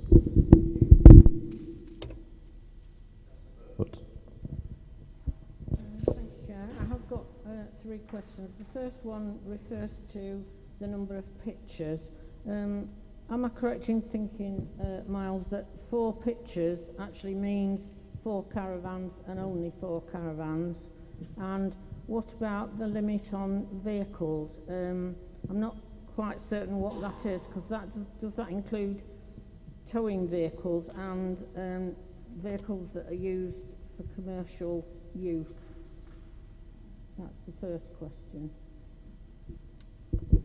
Well, I think the site there shows the space given over for the caravans for those pitches, and there is significant space within the red line boundary, which is the site. Now, it does limit by condition the recommendation to 4 caravans, as defined in the Caravan Sites and Controller Development Act and Caravan Sites Act at any one time. But there is space there. There's 6 number car parking spaces, and there's spaces for manoeuvrability, and there may be other vehicles there, but it's not something that we could reasonably control. The key thing is it's the 4 caravans on site, and that is conditioned, that is controlled by condition. So I may just come back on that. So that means 4 caravans maximum, but no limit on any other vehicles for whatever purpose? Well, if it's for commercial vehicles for a commercial purpose, there's no commercial activities allowed on site. But it is, it'd be like somebody's car park, in effect, private car park. You couldn't condition that reasonably. I'm not clear about that, Miles, because there are pickups where there is garden waste put in there, cutting down trees, that sort of thing. They are in those vehicles on that site all the time. But the key thing is the caravans. You could have those kind of vehicles in your front parking drive if that was your business, and there wouldn't be a control over that. No, fair enough. The second question is about the positioning of those toilets. Now, according to the site plan, they are not in the same position as they are at the moment. Now, I think we all know that they were moved for a specific reason. Are they going to stay in that current position where they are now when we looked yesterday? I think if we refer to condition 5 of the recommendation, that does require the details submitted to be implemented within 2 months, which would be the site plan you see before you. There is an additional condition 6 asking for full details of arrangements for toilets, disposal of foul water, removal of domestic waste, to be submitted for agreement by the local planning authority. So what we're saying is that we're asking for a bit more information, but we're requiring implementation as per the plan that you see before you. So basically, when it comes to some sort of decision that we make, if we were to approve this planning application, we'd need a condition that says that those toilets remain as they are at the moment. There already is that condition. It refers to this site plan, and it's to be implemented in accordance with that. Right. The third question, I don't know whether this is protocol. It was really for our legal advisor, Kerry. Is that acceptable, Chair? Yeah. I don't know what it is. So what I would like our legal advisor to do is explain what our obligations are in law in respect of this particular family, for clarification. Thank you, Councillor Burford. And as you can imagine, we're here in the pretense of the planning committee, and that sort of discussion. Whilst I'm sort of willing to have it, of course, this isn't the right setting to have that discussion. But yeah, I would be willing to kind of take that in detail with you, not within this realm. Thank you. Chair, if I may, just to refer to condition 2, that may be helpful to Councillor Burford. Condition 2. All right, I'll quote it, if I may, Chair. Yeah.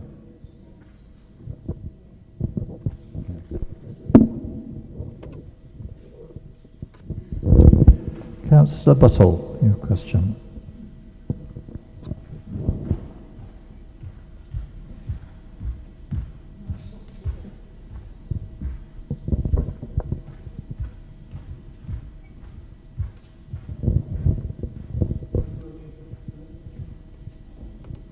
How about that? Excellent. 3 questions. My first one was, how definitive is this plan? If we wanted to put a row of Lego backing up the hedge so that it was unlikely to get cut down again, would that be within allowed variation, or would it need a separate application? Okay. There was some, just the other day, there was some shrubbery cut down to get better access to the one end of that car park. I was wondering if the planning application would allow us to put a row of Lego blocks or something like that along that side, or would that need a separate application? Like many things, through you, Chair, is it material? Is the change material? If it's something very minor, it would be non-material, and you could have a non-material amendment, but it wouldn't need a variation of the planning permission or, any condition. Yeah, got you there. When we talk about the 6 parking spaces that come along with this application, are they just inside the entranceway, or are they further into the site? They're quite well into the site. They're on the northern boundary, reasonably well in. Actually, I would say the 2 nearest caravan pitches, they essentially are to the north of those. Thank you. Thank you, Ed. Can you see that, Councillor? I can see that, and it's very helpful. So I'm just wondering whether or not we're likely to have people parking in there, because it looks like it might be free parking. It's part of an actual gypsy and traveller site. It's unlikely to be used by random people. We shall see. I have a question about sound protection as well. The sound protection to protect the travellers from the sound of the road. Would we need planning application to put that in, to add that behind the shrubbery to allow them a little bit of peace and privacy? It will be in accordance with this plan. You see that, well, the blown up version of this plan, and it is a condition requiring implementation within 2 months of the details on that plan. Excellent. I think you've dealt with my questions. I'm wondering if would it be okay if I move this with an extra condition? Shall I try that, Peter, or you want to wait for more questions? We have further questions. Okay. I was going to add a condition about creating a management plan. If you'd like to come back to me on that before we all wrap up, that would be lovely. Yep. Councillor Lees, I think you had a question.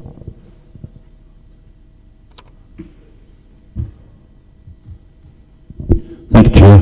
Yeah, my question was, are we confident that this plan is correct? Because going back 4 or 5 years, we were going on these same sort of plans, and they were not correct.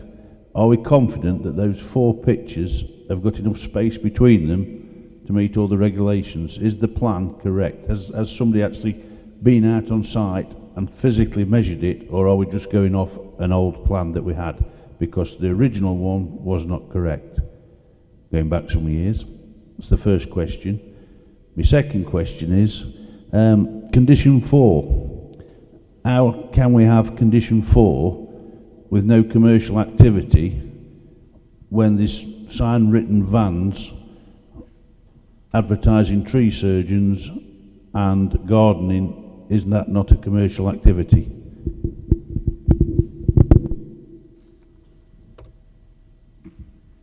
Well, there has been a site visit. There are photos of the site visit, which are part of this presentation, and I think you can see them if we can go through there. I think what I would say is that the plans are submitted and there is the condition which ties them in to be implemented in accordance with those plans.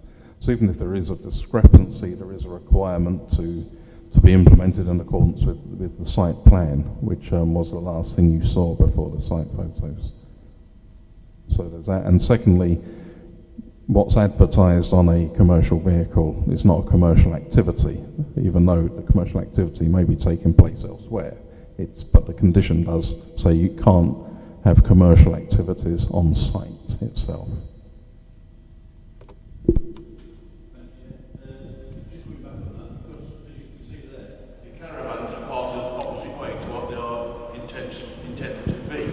So, given the fire space that you need between each caravan, doesn't look, if they are set there in that particular space, doesn't look to be big enough in my opinion.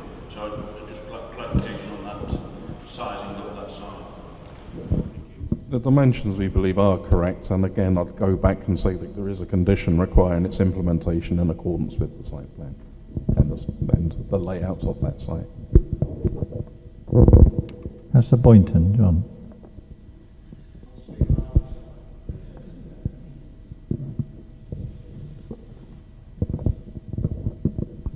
Condition 1, if this is granted, says that the site should be cleared at the end of 2 years. Is there anything to prevent further planning requests to come back to this committee or otherwise for an extension of the permission there, i.e. to extend the time that the travellers might be going? Well, no.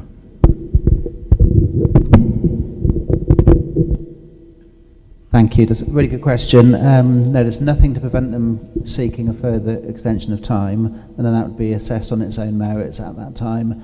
Doesn't have to be approved at that time. A view could be taken. My understanding is that, like a lot of councils in England, there's been a policy failure to deliver traveller sites, and there is a lack of sites, and the local plan review will be urgently seeking to address that. And this is a temporary solution to provide some pictures that needs evidence to the people who are on site now. The job of the local plan will be to find and allocate and deliver sites that meet all requirements. And so in the ideal world, the local plan will deliver better, more appropriate sites that could be permanent, and this is meeting a temporary need for a period of 2 years. If the local plan is still continuing to fail to deliver sites, there may be an extension, but that would be assessed on its merits at that time. Yeah, and if there's a reapplication in the future, it would come back to committee because it's on council land, so the council would then have the opportunity to decide whether to approve or not to approve at that point. Right, as we've no further questions, we'll move into debate. We have a recommendation from officers that the application is approved, subject to a number of conditions. I think Councillor Buttle, you indicated you wish to make a proposal.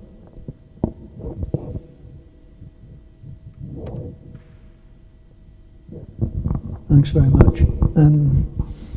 Yeah, I'd like to go with the officer recommendation, but I'd like to add a recommendation or a condition I guess, that the District Council comes up with a management plan for this space. This space is liable to be fairly contentious at times. And I'd like to know what it is we're going to be doing about various situations that arise. And I think that would be a reasonable thing. So a site operation management plan, I'd like to have that as a condition. And I guess there's a couple of choices to who we ask to approve that. But the Director of Place and Economy is already mentioned in here. I'm wondering if the Chair and Vice Chair would be interested in doing this, because I know that the Vice Chair is a ward member for Matlock, and maybe they'd be very interested in taking a close look at a management plan for how we're taking this forward. I don't know if you don't want to do that, you could always just hint that we should go with Place and Economy. And can we have a time limit on that as well? On the condition, could we have a month to sort it out, 6 weeks? I don't know.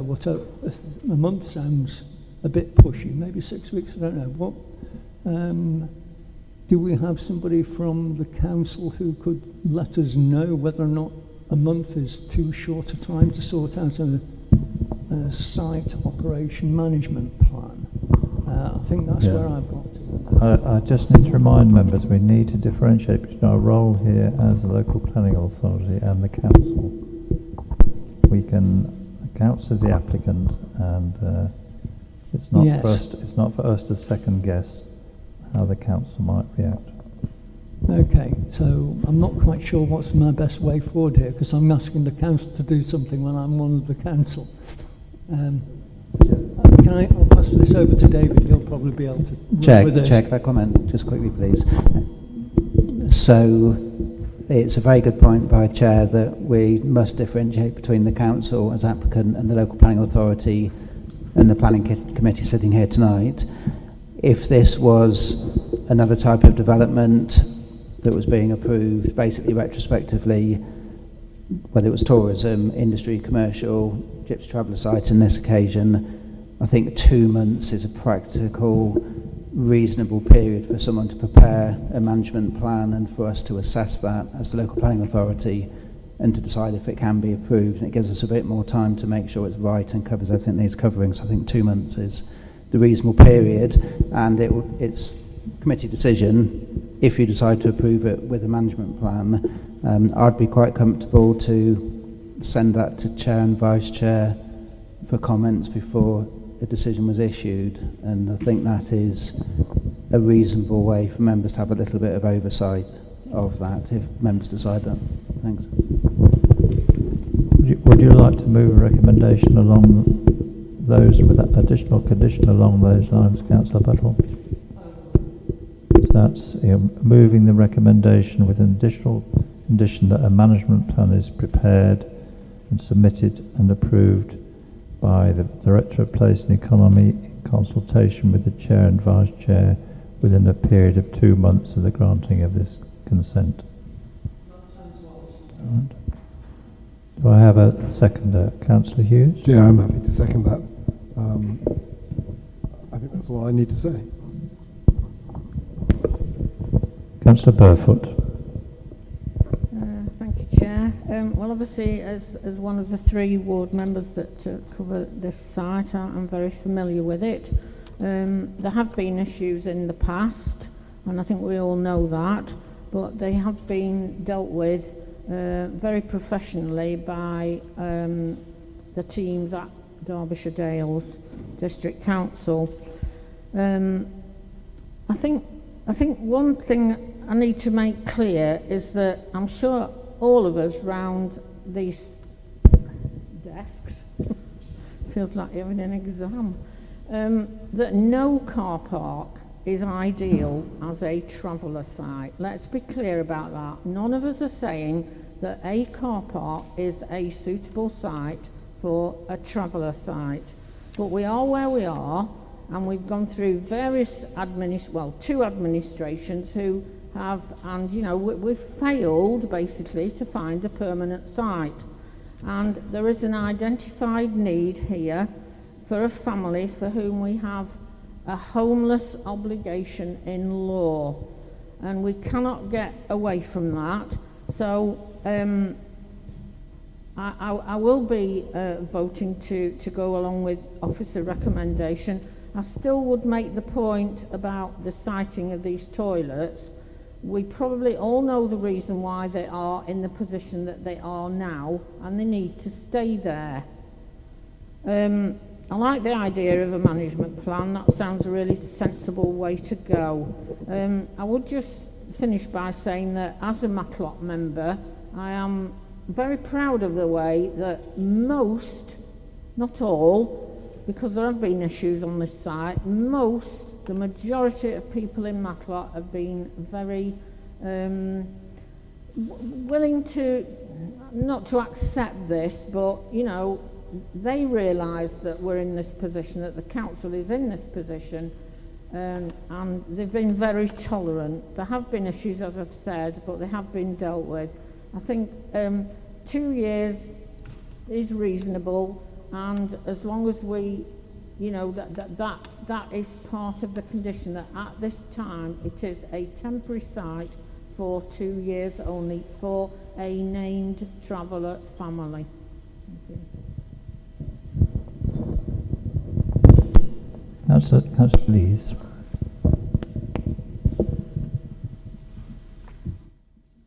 Thank you, Chair. Totally agree with Councillor Burford's comments there on the car park issue.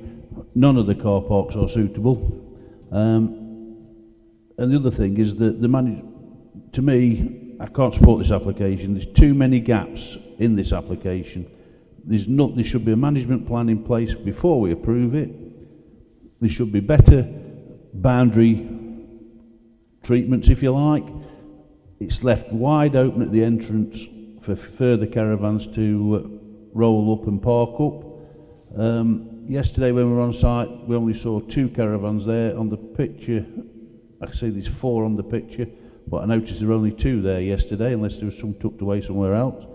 And with regard to the commercial activity, I'm afraid there is commercial activity on site. We saw yesterday there's big burns in the tarmac where they've had fires from the commercial activity, from what they've collected the rubbish and done the works from. So I'm sorry, I cannot support this application. Any further contributions? If not, we have Councillor Buttle. Do you want to come back? Is you with a proposer? You're happy? We'll move to a vote now. Then we have a recommendation moved and seconded to approve the application with the additional condition related to the submission and approval of a management plan within 2 months. I think Councillor Lees does make a valid point, but we have to be pragmatic. This is a partly retrospective planning application, so the travellers are in situ, but we are now requiring a management plan to be submitted and approved. All those in favour of the proposal, please show.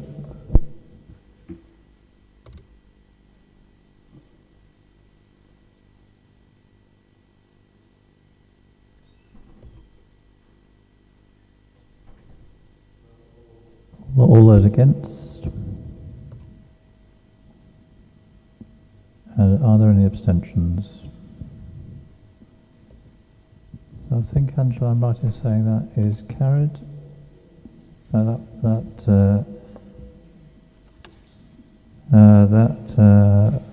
proposal has been supported. The application is therefore approved with that additional condition.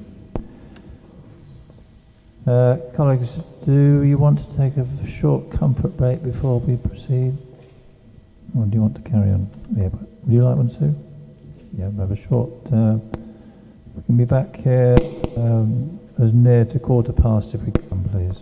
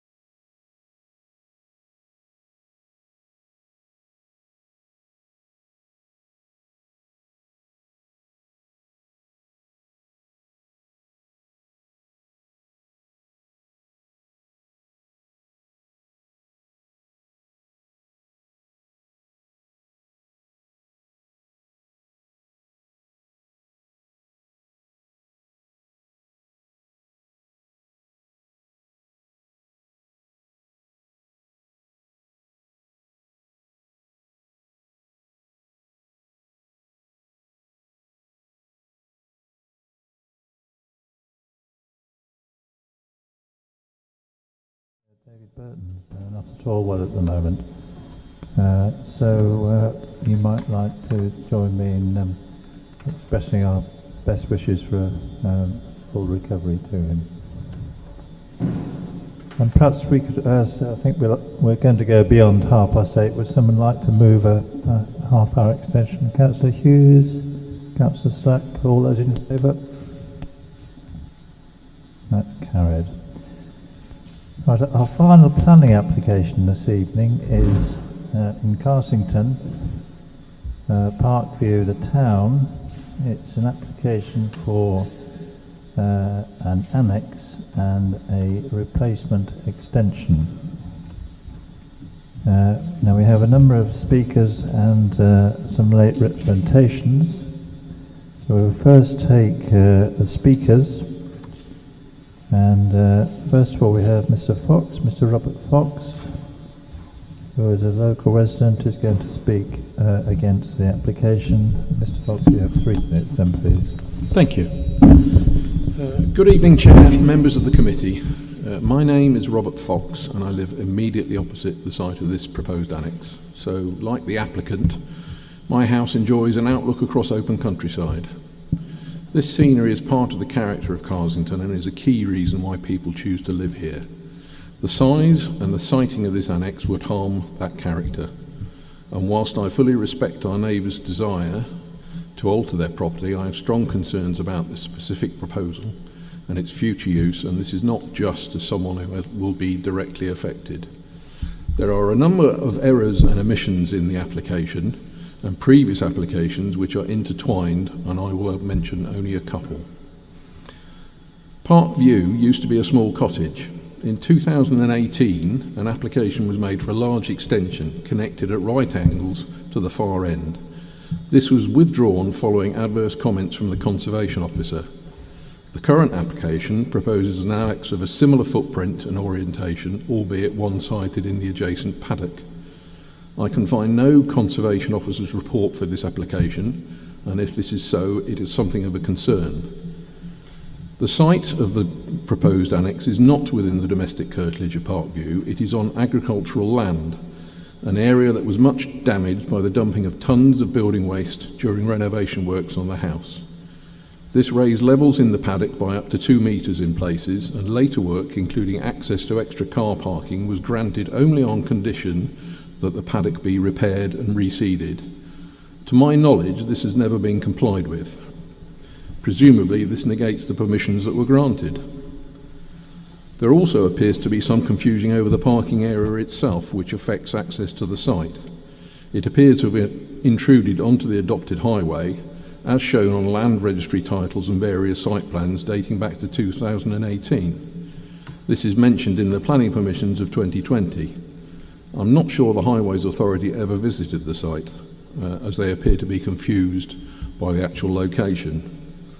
A building previously on site has been referred to, but this was a much smaller affair than the proposed annex, being a small 1950s precast garage located right next to the house.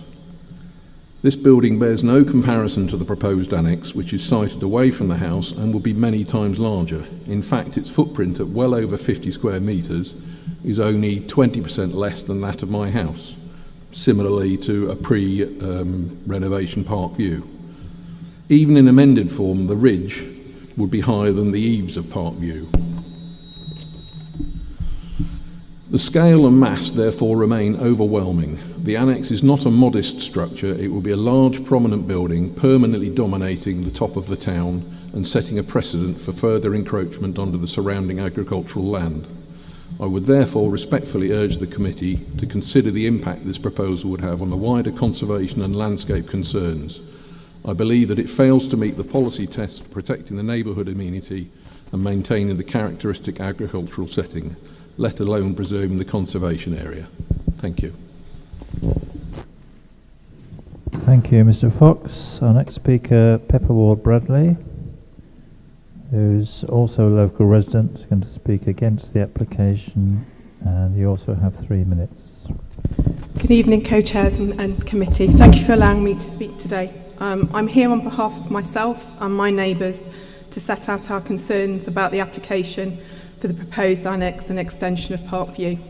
This application is brought before yourselves with a recommendation of approval, despite the evident lack of thorough assessment regarding the development's impact on the local heritage assets, particularly Carsington Conservation Area. The Council's Conservation Officer has not submitted a formal written response to the application, despite having been consulted on the 5th of December 24 and being a statutory consultee under the planning legislation. As a formal response from the Conservation Officer, whose expert input is essential given the site's location within a designated heritage asset. Absence of a recorded response raises questions as to whether the heritage implications of the scheme, particularly its potential impact on the character and appearance of the conservation area, have been adequately assessed and given appropriate weight in the planning balance. The case officer's report appears to have been assessed against the 2021 version of the National Planning Policy Framework, rather than the updated 24 version as amended in 25, which is now the principal framework. Given that the revised framework includes important updates relating to the heritage protection and design quality, reliance on an outdated policy document may have resulted in a flawed or incomplete assessment of this application. Policies PD2 and S3 are clear. They are there to protect the special historic and visual character of areas like ours. Policy PD1 says that the development should respect its setting and maintain the balance between buildings and the open landscape. But even after the amendments, this annex remains substantial. This is not a small outbuilding. This is not a garage. Policy PD5 is clear about the need to safeguard landscape character, and we believe that's at risk here too. After reviewing the planning portal, in October 24, a planning application at Thornhill House in Carsington to raise a pre-existing boundary wall from 1.66 metres to 2 metres to increase the privacy for the homeowner was objected by the Conservation Officer. I quote, "It would have negative impact on the historic characteristics and views which contribute significantly to Carsington Conservation Area. This application was subsequently rejected via a delegated report." So my question to the committee is how of an annex that is approximately 11 metres by 5 metres that is recommended for approval with no Conservation Officer report, whereas a 0.4 metre extension to a wall is rejected with a Conservation Officer report. The county archaeologist has also raised continuing concerns, suggesting this application doesn't fully meet. Sum up, please. Yeah. So, if approved, what is the precedent set? It encourages further development in the agricultural land. Therefore, I respectfully urge the application to be rejected. The process has been fundamentally compromised by the lack of a conservation report and the disregard to the objections from the other consultees, parish council, county archaeologists, and the planning policies that are in place to safeguard our village's unique setting. Thank you for your time and consideration.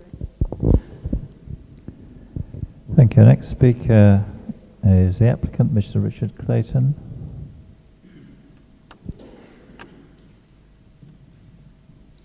And Mr. Clayton, as the applicant, you have a full 5 minutes. Good evening, everybody, and thank you for allowing me to speak as the applicant and in support of our planning application at Parkview. I'd like to start by confirming what first attracted us when we purchased Parkview last year was not just the prospect of living in Carsington, but the very positive comments from the planning office to a pre-application made by the previous owners, particularly for the erection of an outbuilding. The property as is does not have enough room to accommodate our immediate family and friends who visit from different parts of the country. And there's no facility at all to store garden furniture, garden maintenance equipment, bikes, tools, etc. Our architect has followed the planning officer's steer for the outbuilding to be set back further south on the plot and following the alignment of the dwelling. We understand the reason for this, as putting the outbuilding next to the main dwelling would result in the loss of 2.5 parking spaces, which would necessitate us and visitors parking on the road. Those familiar with the town will know that in the top half, all the other properties park at least one car on the narrow road. We would be competing for their parking if this were the case. The Traffic and Highways Department have no objections to the proposed development. Turning to the notes prepared by the case officer for this meeting, I'd obviously first like to thank her for her support in recommending approval of the application. The summary of these recommendations are noted on page 1 of the meeting notes, and I'll expand further, aligning her comments in the report with those of an independent heritage and archaeological assessment carried out by Messrs. Brindle and Green. Concerning the representations received, rather than address each one individually, and to obviate the need to repeat my responses, they appear to generally fall within 4 areas of concern: the position and the size of the outbuilding, impact on a conservation area, impact on other properties, and archaeological impact. Firstly, the positioning of the outbuilding, as mentioned in my opening comments, will take away the need to sacrifice valuable parking.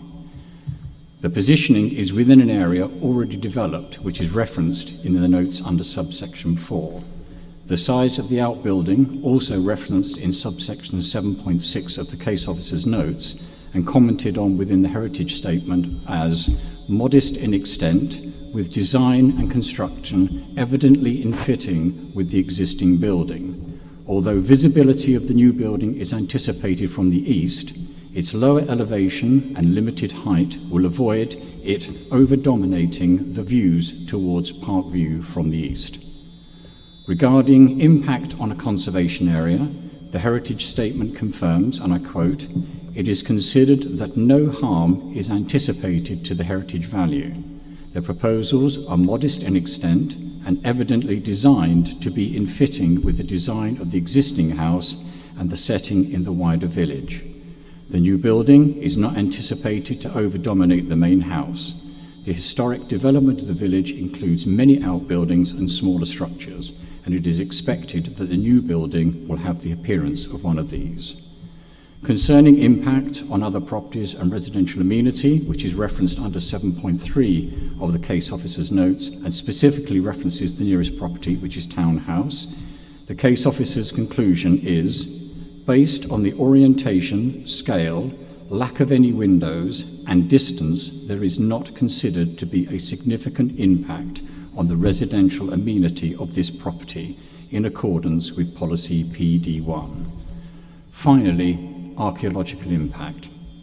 Compliant with the conditions of application, Messrs. Brindle and Green undertook an assessment which confirmed 2 things.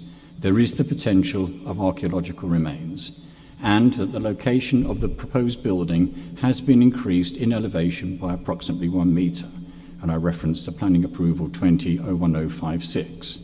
We understand that this may in fact be as much as possibly 2 to 3 metres, but will accept the assessment findings. As the foundations of the proposed outbuilding will only extend into the ground 45 to 50 centimetres, it is not expected that they will reach the original field layer.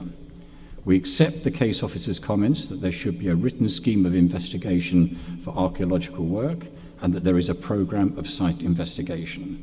We will, in consultation with the planning authority, appoint an appropriate organisation to carry this out. Thank you again for your consideration, and I trust this confirms your support for the case officer's recommendation to approve my recommendation. Thank you. Thank you, Mr. Clayton. Right, I want to give colleagues 2 or 3 minutes to look through the late representations that have been circulated to you this evening.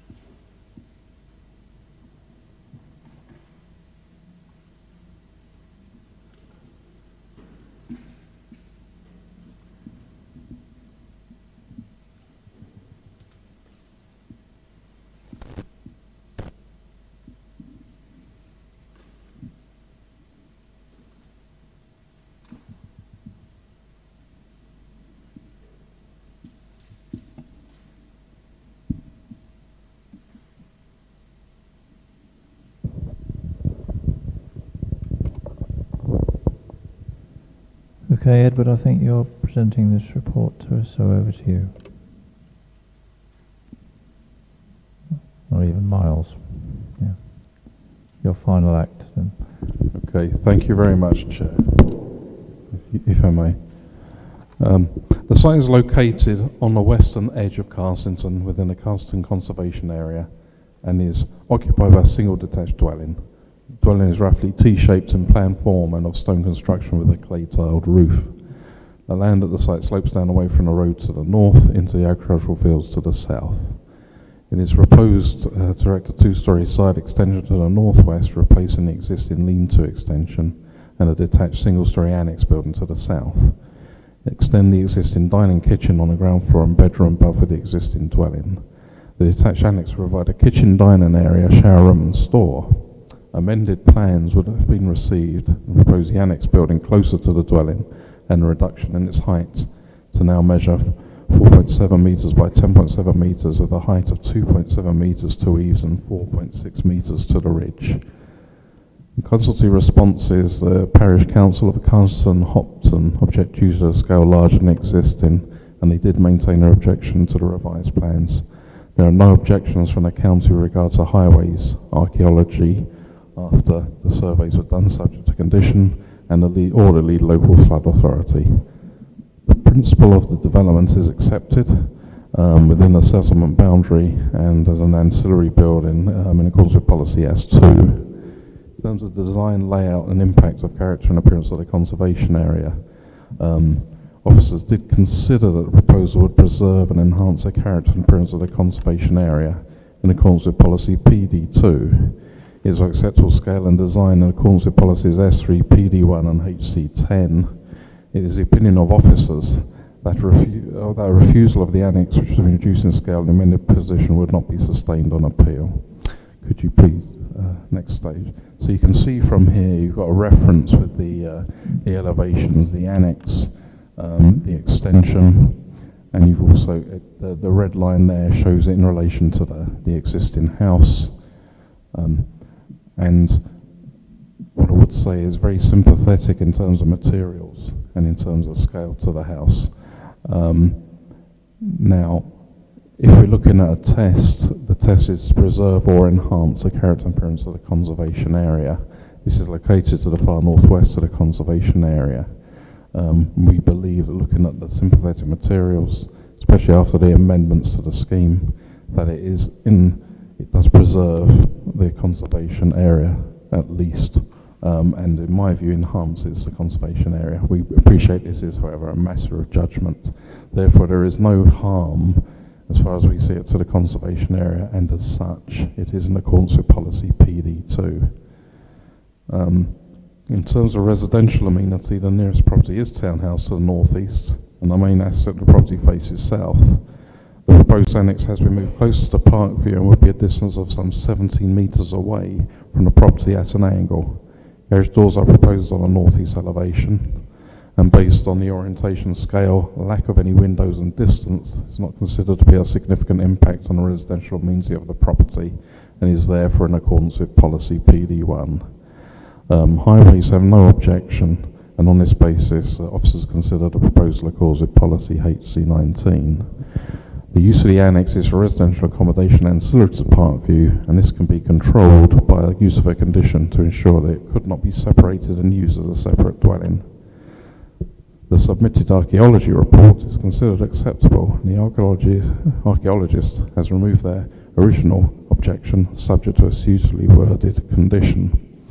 The recommendation, therefore, before I summarise, in terms of climate change, there's a use of materials, EV charging, air source heat pumps are all present. Now, extensions and ancillary buildings in relation to the existing dwellings are considered acceptable in principle.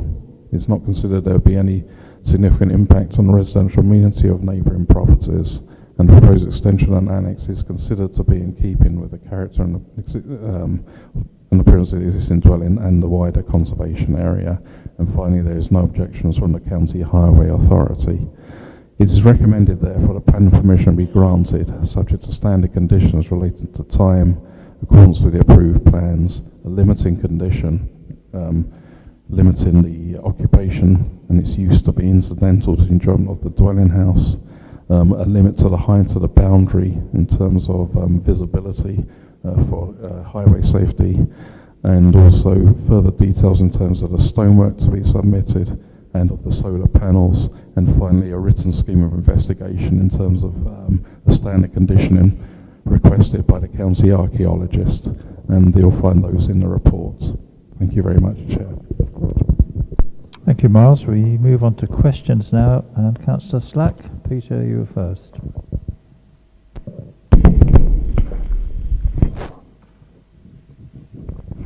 Thank you, Chair. My question is, why wasn't the Conservation Officer give a report on conservation and heritage? They're vital in this, I would have thought. So, shouldn't the Conservation Officer set the report, Well, the Conservation Officer was consulted, but the Conservation Officer can't respond to every single request. We simply don't have that. No, we don't have that resource. This is a kind of application that you'd expect experienced officers to be able to assess and to make a decision on. Now, before I took this over, it was with Sarah Arben, who's left us, who was a very experienced planning officer. I myself, I consider myself to be an experienced planning officer. You know why I'm saying you're not, but you should have had the Conservation Officer give a report, especially in a sensitive area like this, where there's heritage and conservation. As I said, they have not the resource to give a response to every single consultation request. It's not good policy, really. I'm sorry, and there's no requirement to do so either. Thank you. Councillor Dobbs.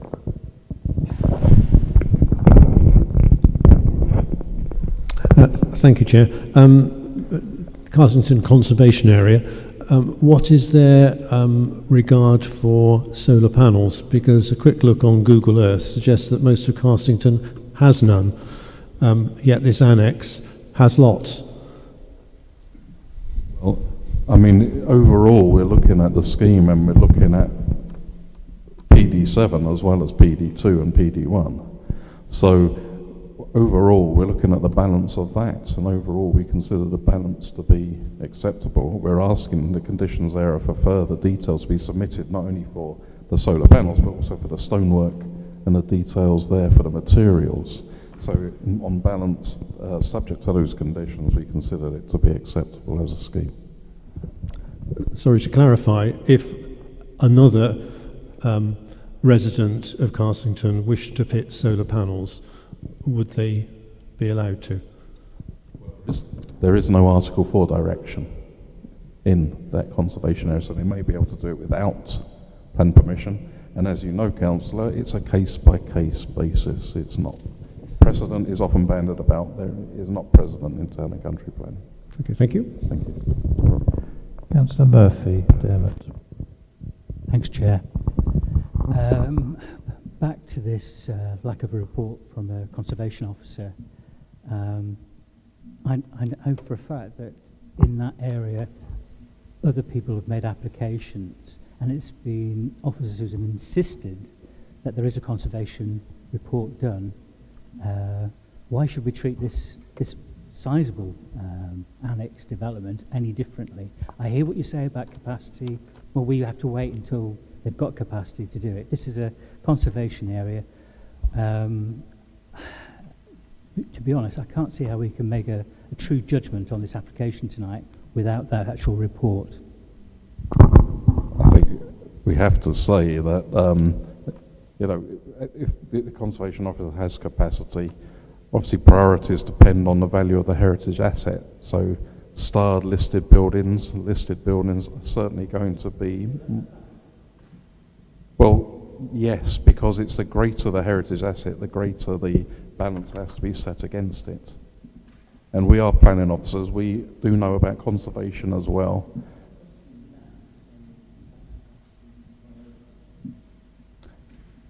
The greater the heritage, look at the MPPF was banded, I haven't addressed that point. The MPPF in 2024 It was a typo. It should have been 2024. It wasn't based on the 2021 MPPF. I'll tidy up that point first. Secondly, yes, if you look at the MPPF, it is proportionate to the value of the heritage asset. It's quite clear in that relevant chapter that that is the case. No, it's in the MPPF, Councillor, as I said. Let's just restrict ourselves to questions, please, rather than comments. Councillor Butthall.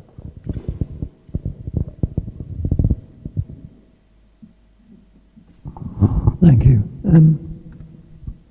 I'm wondering about the residential amenity impact of the height of the ridge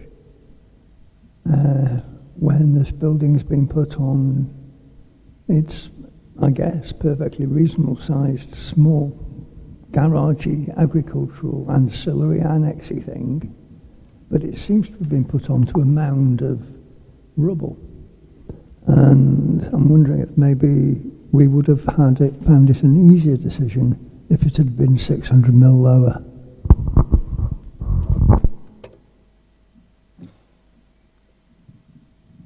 Well, I guess we're putting an assessment to you, an appraisal to you.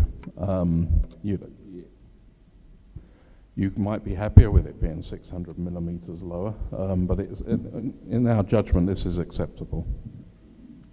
And we don't think that what's before you would give undue rise in terms of detriment to the residential amenity of any of the occupiers of the adjoining or nearby properties. Yeah, I can see why you're saying that. Certainly from the site elevation 1, it does seem to be perfectly reasonable. But when I was standing there in the road yesterday, I was thinking, like, that's a big thing. It felt like it would be quite dominant in that patch, and if it had been a little lower, it would have been considerably less dominant. I'm not too sure whether or not I can bring myself to, go against recommendation because it's a bit tall, but I have to say I'm thinking about it. Keep ourselves to questions, please, colleagues. Councillor Lees. Sorry about that. I'm sorry. I shouldn't just be arguing. Thank you, Chair. Just a quick one. Very vague plans, in my opinion. The extension to the side, not really a big issue, but this annex, have we got a landscape design? Because you've either got to have long legs or jump out of that doorway. The patio door at the back that you go onto the garden, there's a big step. There's no landscape design for that. So the ground's got to be raised up to get out of that door.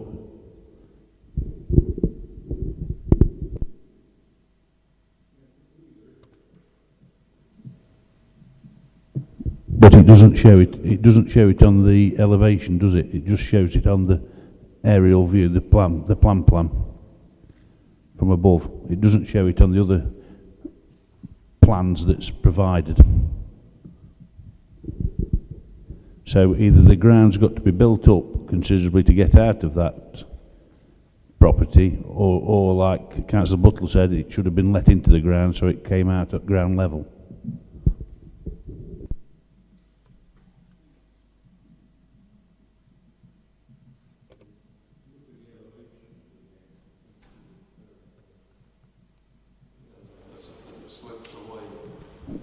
Yeah, but if that's to scale, that's one hell of a big step out of that door.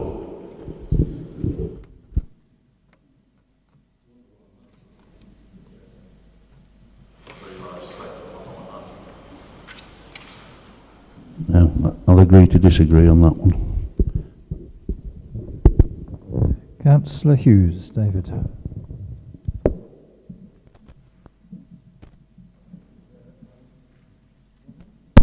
Thank you, Chair. Two questions. The first is about, I think a number of members of the committee yesterday were concerned that it could be turned into a holiday let, or and there is a condition which talks about it being used in conjunction with the domestic use, but I didn't really understand the use of the terms in that, and wanted to check that does mean that it couldn't be used as a holiday let. Condition 3, and to quote, the development hereby permitted shall only be occupied in connection with and incidental to the occupation of the adjoining dwelling known as Park View. It should not at any time be occupied as an independent dwelling or separated from the ownership or curtilage of the main dwelling. So it's incidental to the enjoyment of the main dwelling house. Okay, so that means that it couldn't be used as a holiday let? Yeah, you'll see a similar kind of wording in general permitted development order. Okay, all right. I just wanted to check. Thank you. On the other thing is about the layout of the buildings, the annex. Am I right in thinking that there are a number of traditional buildings or sites in Carsington which have similar layouts? That there's a main building, then to one side of the main building there's a series of outhouses, some of which have been turned into domestic use or even holiday lets, as far as I can see. But I'm just interested in that here we are discussing the size and massing of the annex as if it is something extraordinary in Carsington, and I'm wondering whether there are other examples in Carsington of similar massing and arrangements of annexes and main buildings. To my knowledge, no, but I'm limited to assessing it on a case-by-case basis. It was a bit of a rhetorical question, I'm afraid. There are. Well, it might be.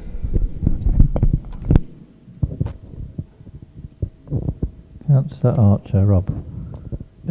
Thank you, Chair. Just a quick question relating to the Conservation Officer's report again.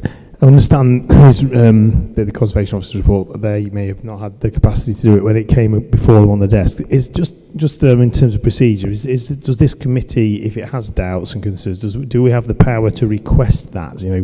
Would we have the power to recommend a deferral and request the Conservation Officer's report before making a final decision, or is that not something that we have the power to do as a committee?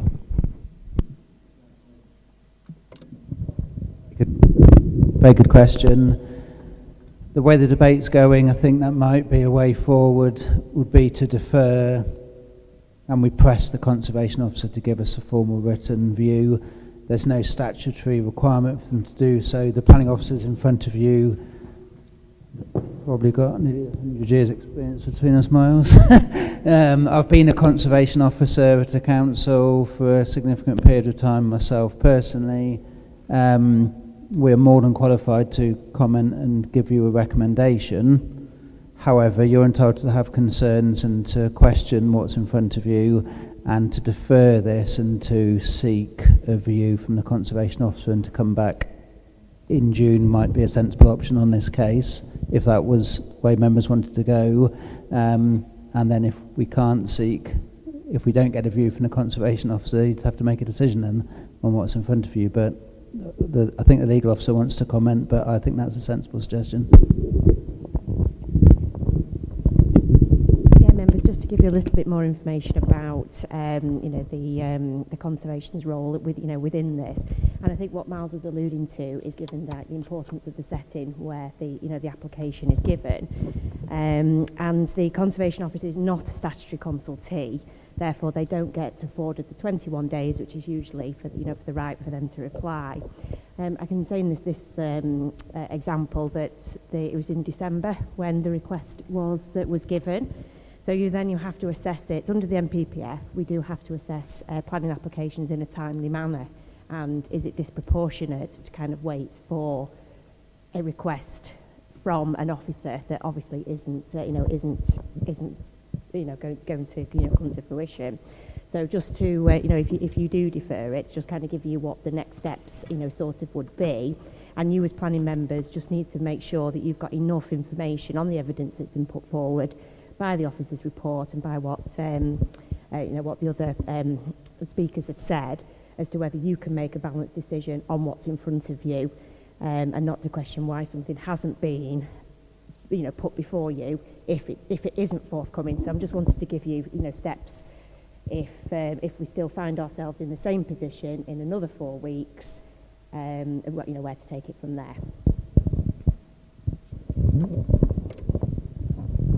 Thank you, Kerry. We're going to move into debate now. Just listening to how the debates, how the questions have gone, and the advice from officer colleagues. We've got a recommendation from our officers that the extension and the annex, they consider those to be in keeping with the character of the conservation area. Now, members are perfectly entitled to reach a different view, but we do employ our officers to make recommendations to us, and they have done. There's been a suggestion from our development manager that you might like to specifically require a view from the conservation officer, and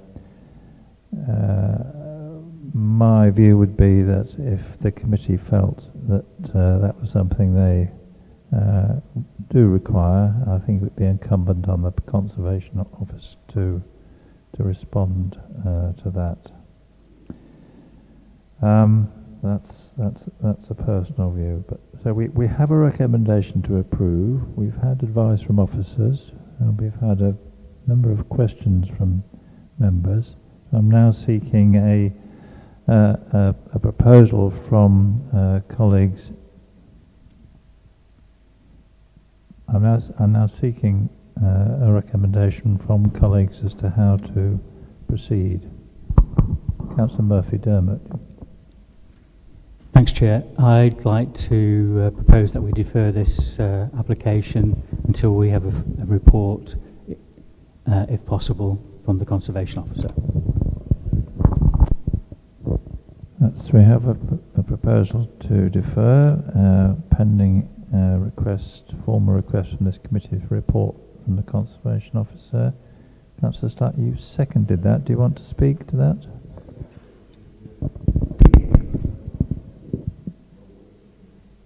Oh, thank you. Yeah, I do definitely agree with that. We should defer it to get the Conservation Officer to put his point of views forward. It's we've got to be public accountable, and we should not. We should have had the Conservation Officer views. So I second Dermot's proposal. Thank you. Could I just ask officers, have we agreed an extension of time for this application? An extension of time covering the reasonable period after this committee.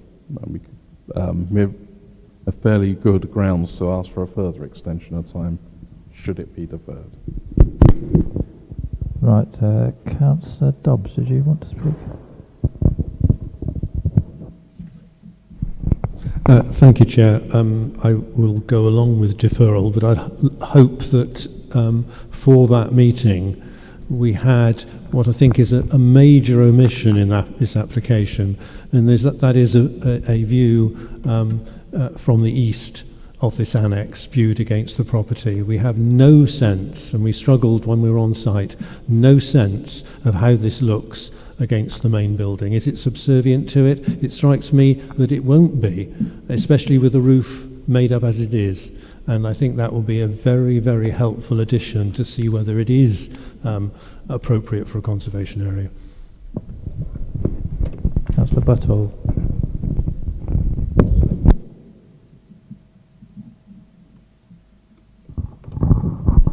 Thank you. Yeah. In previous occasions where we've asked for a little more context, we've kind of ended up being pinned down on only making a decision on that particular item. And I'd like to make sure that we are actually asking for this heritage statement or heritage report to give us wider context for how we want to approach the whole application, and not just the detail on the heritage. if that makes sense.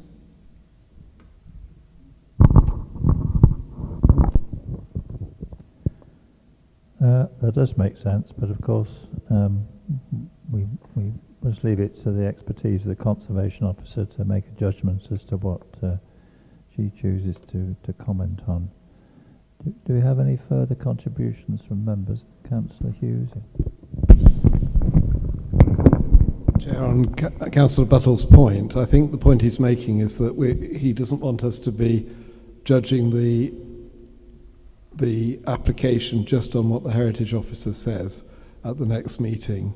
We would want to be able to take into consideration all material considerations and at that meeting, rather because we have not made a decision at this meeting. Quite right, Councillor Hughes. The case officer will still make the recommendation, having considered the views of the Conservation Officer. We will simply have, as members, we will also have the views of the Conservation Officer. If the recommendation is agreed, we will simply have those as part of our consideration as will officers. Any further contributions?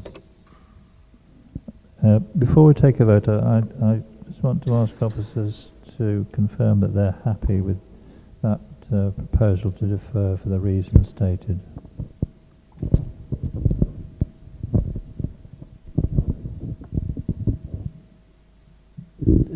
We're completely comfortable that the application is deferred. We'll seek Conservation Officer's view on the application in the round, and then we will revisit our report and come back to committee. So the whole case is still completely open. We're just going to add Conservation Officer comments into our report, and then the case will be represented to members. Okay, that's clear and helpful. Just to confirm that the committee has not taken a view on this application at all, and we'll take a view at a subsequent meeting. Right, we have an application to a proposal to defer, which has been moved and seconded. Can we have all those in favour of that, please show?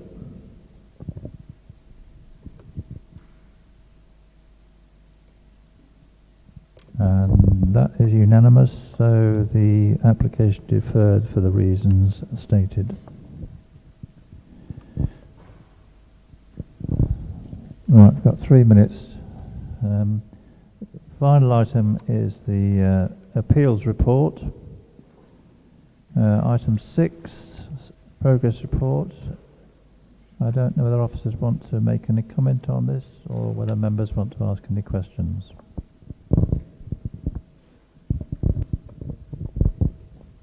Anybody want to offer anything? The best way to look at the appeals decisions is if there's a particular appeal that you're interested in and want to ask questions about, if you want to approach the officer through myself is fine, whatever's easiest, and sort of have an individual conversation if any of the appeals are raising issues that are interesting or want discussion or explaining. I think that's probably the most sensible way forward with appeals. Okay, take it there are no general questions. Can someone move that we note that Councillor Dobbs, seconded by Councillor Archer. All in favour, please show. Yep, thanks, that's agreed. And that concludes our business for the evening. Thank you very much for your attention, which was only had 4 items, but they were difficult items, and I think the committee, as usual, has handled it well and had informed debate, and thank you to our officers too for your contributions, and have a safe journey home from the wonderful town of Wirksworth.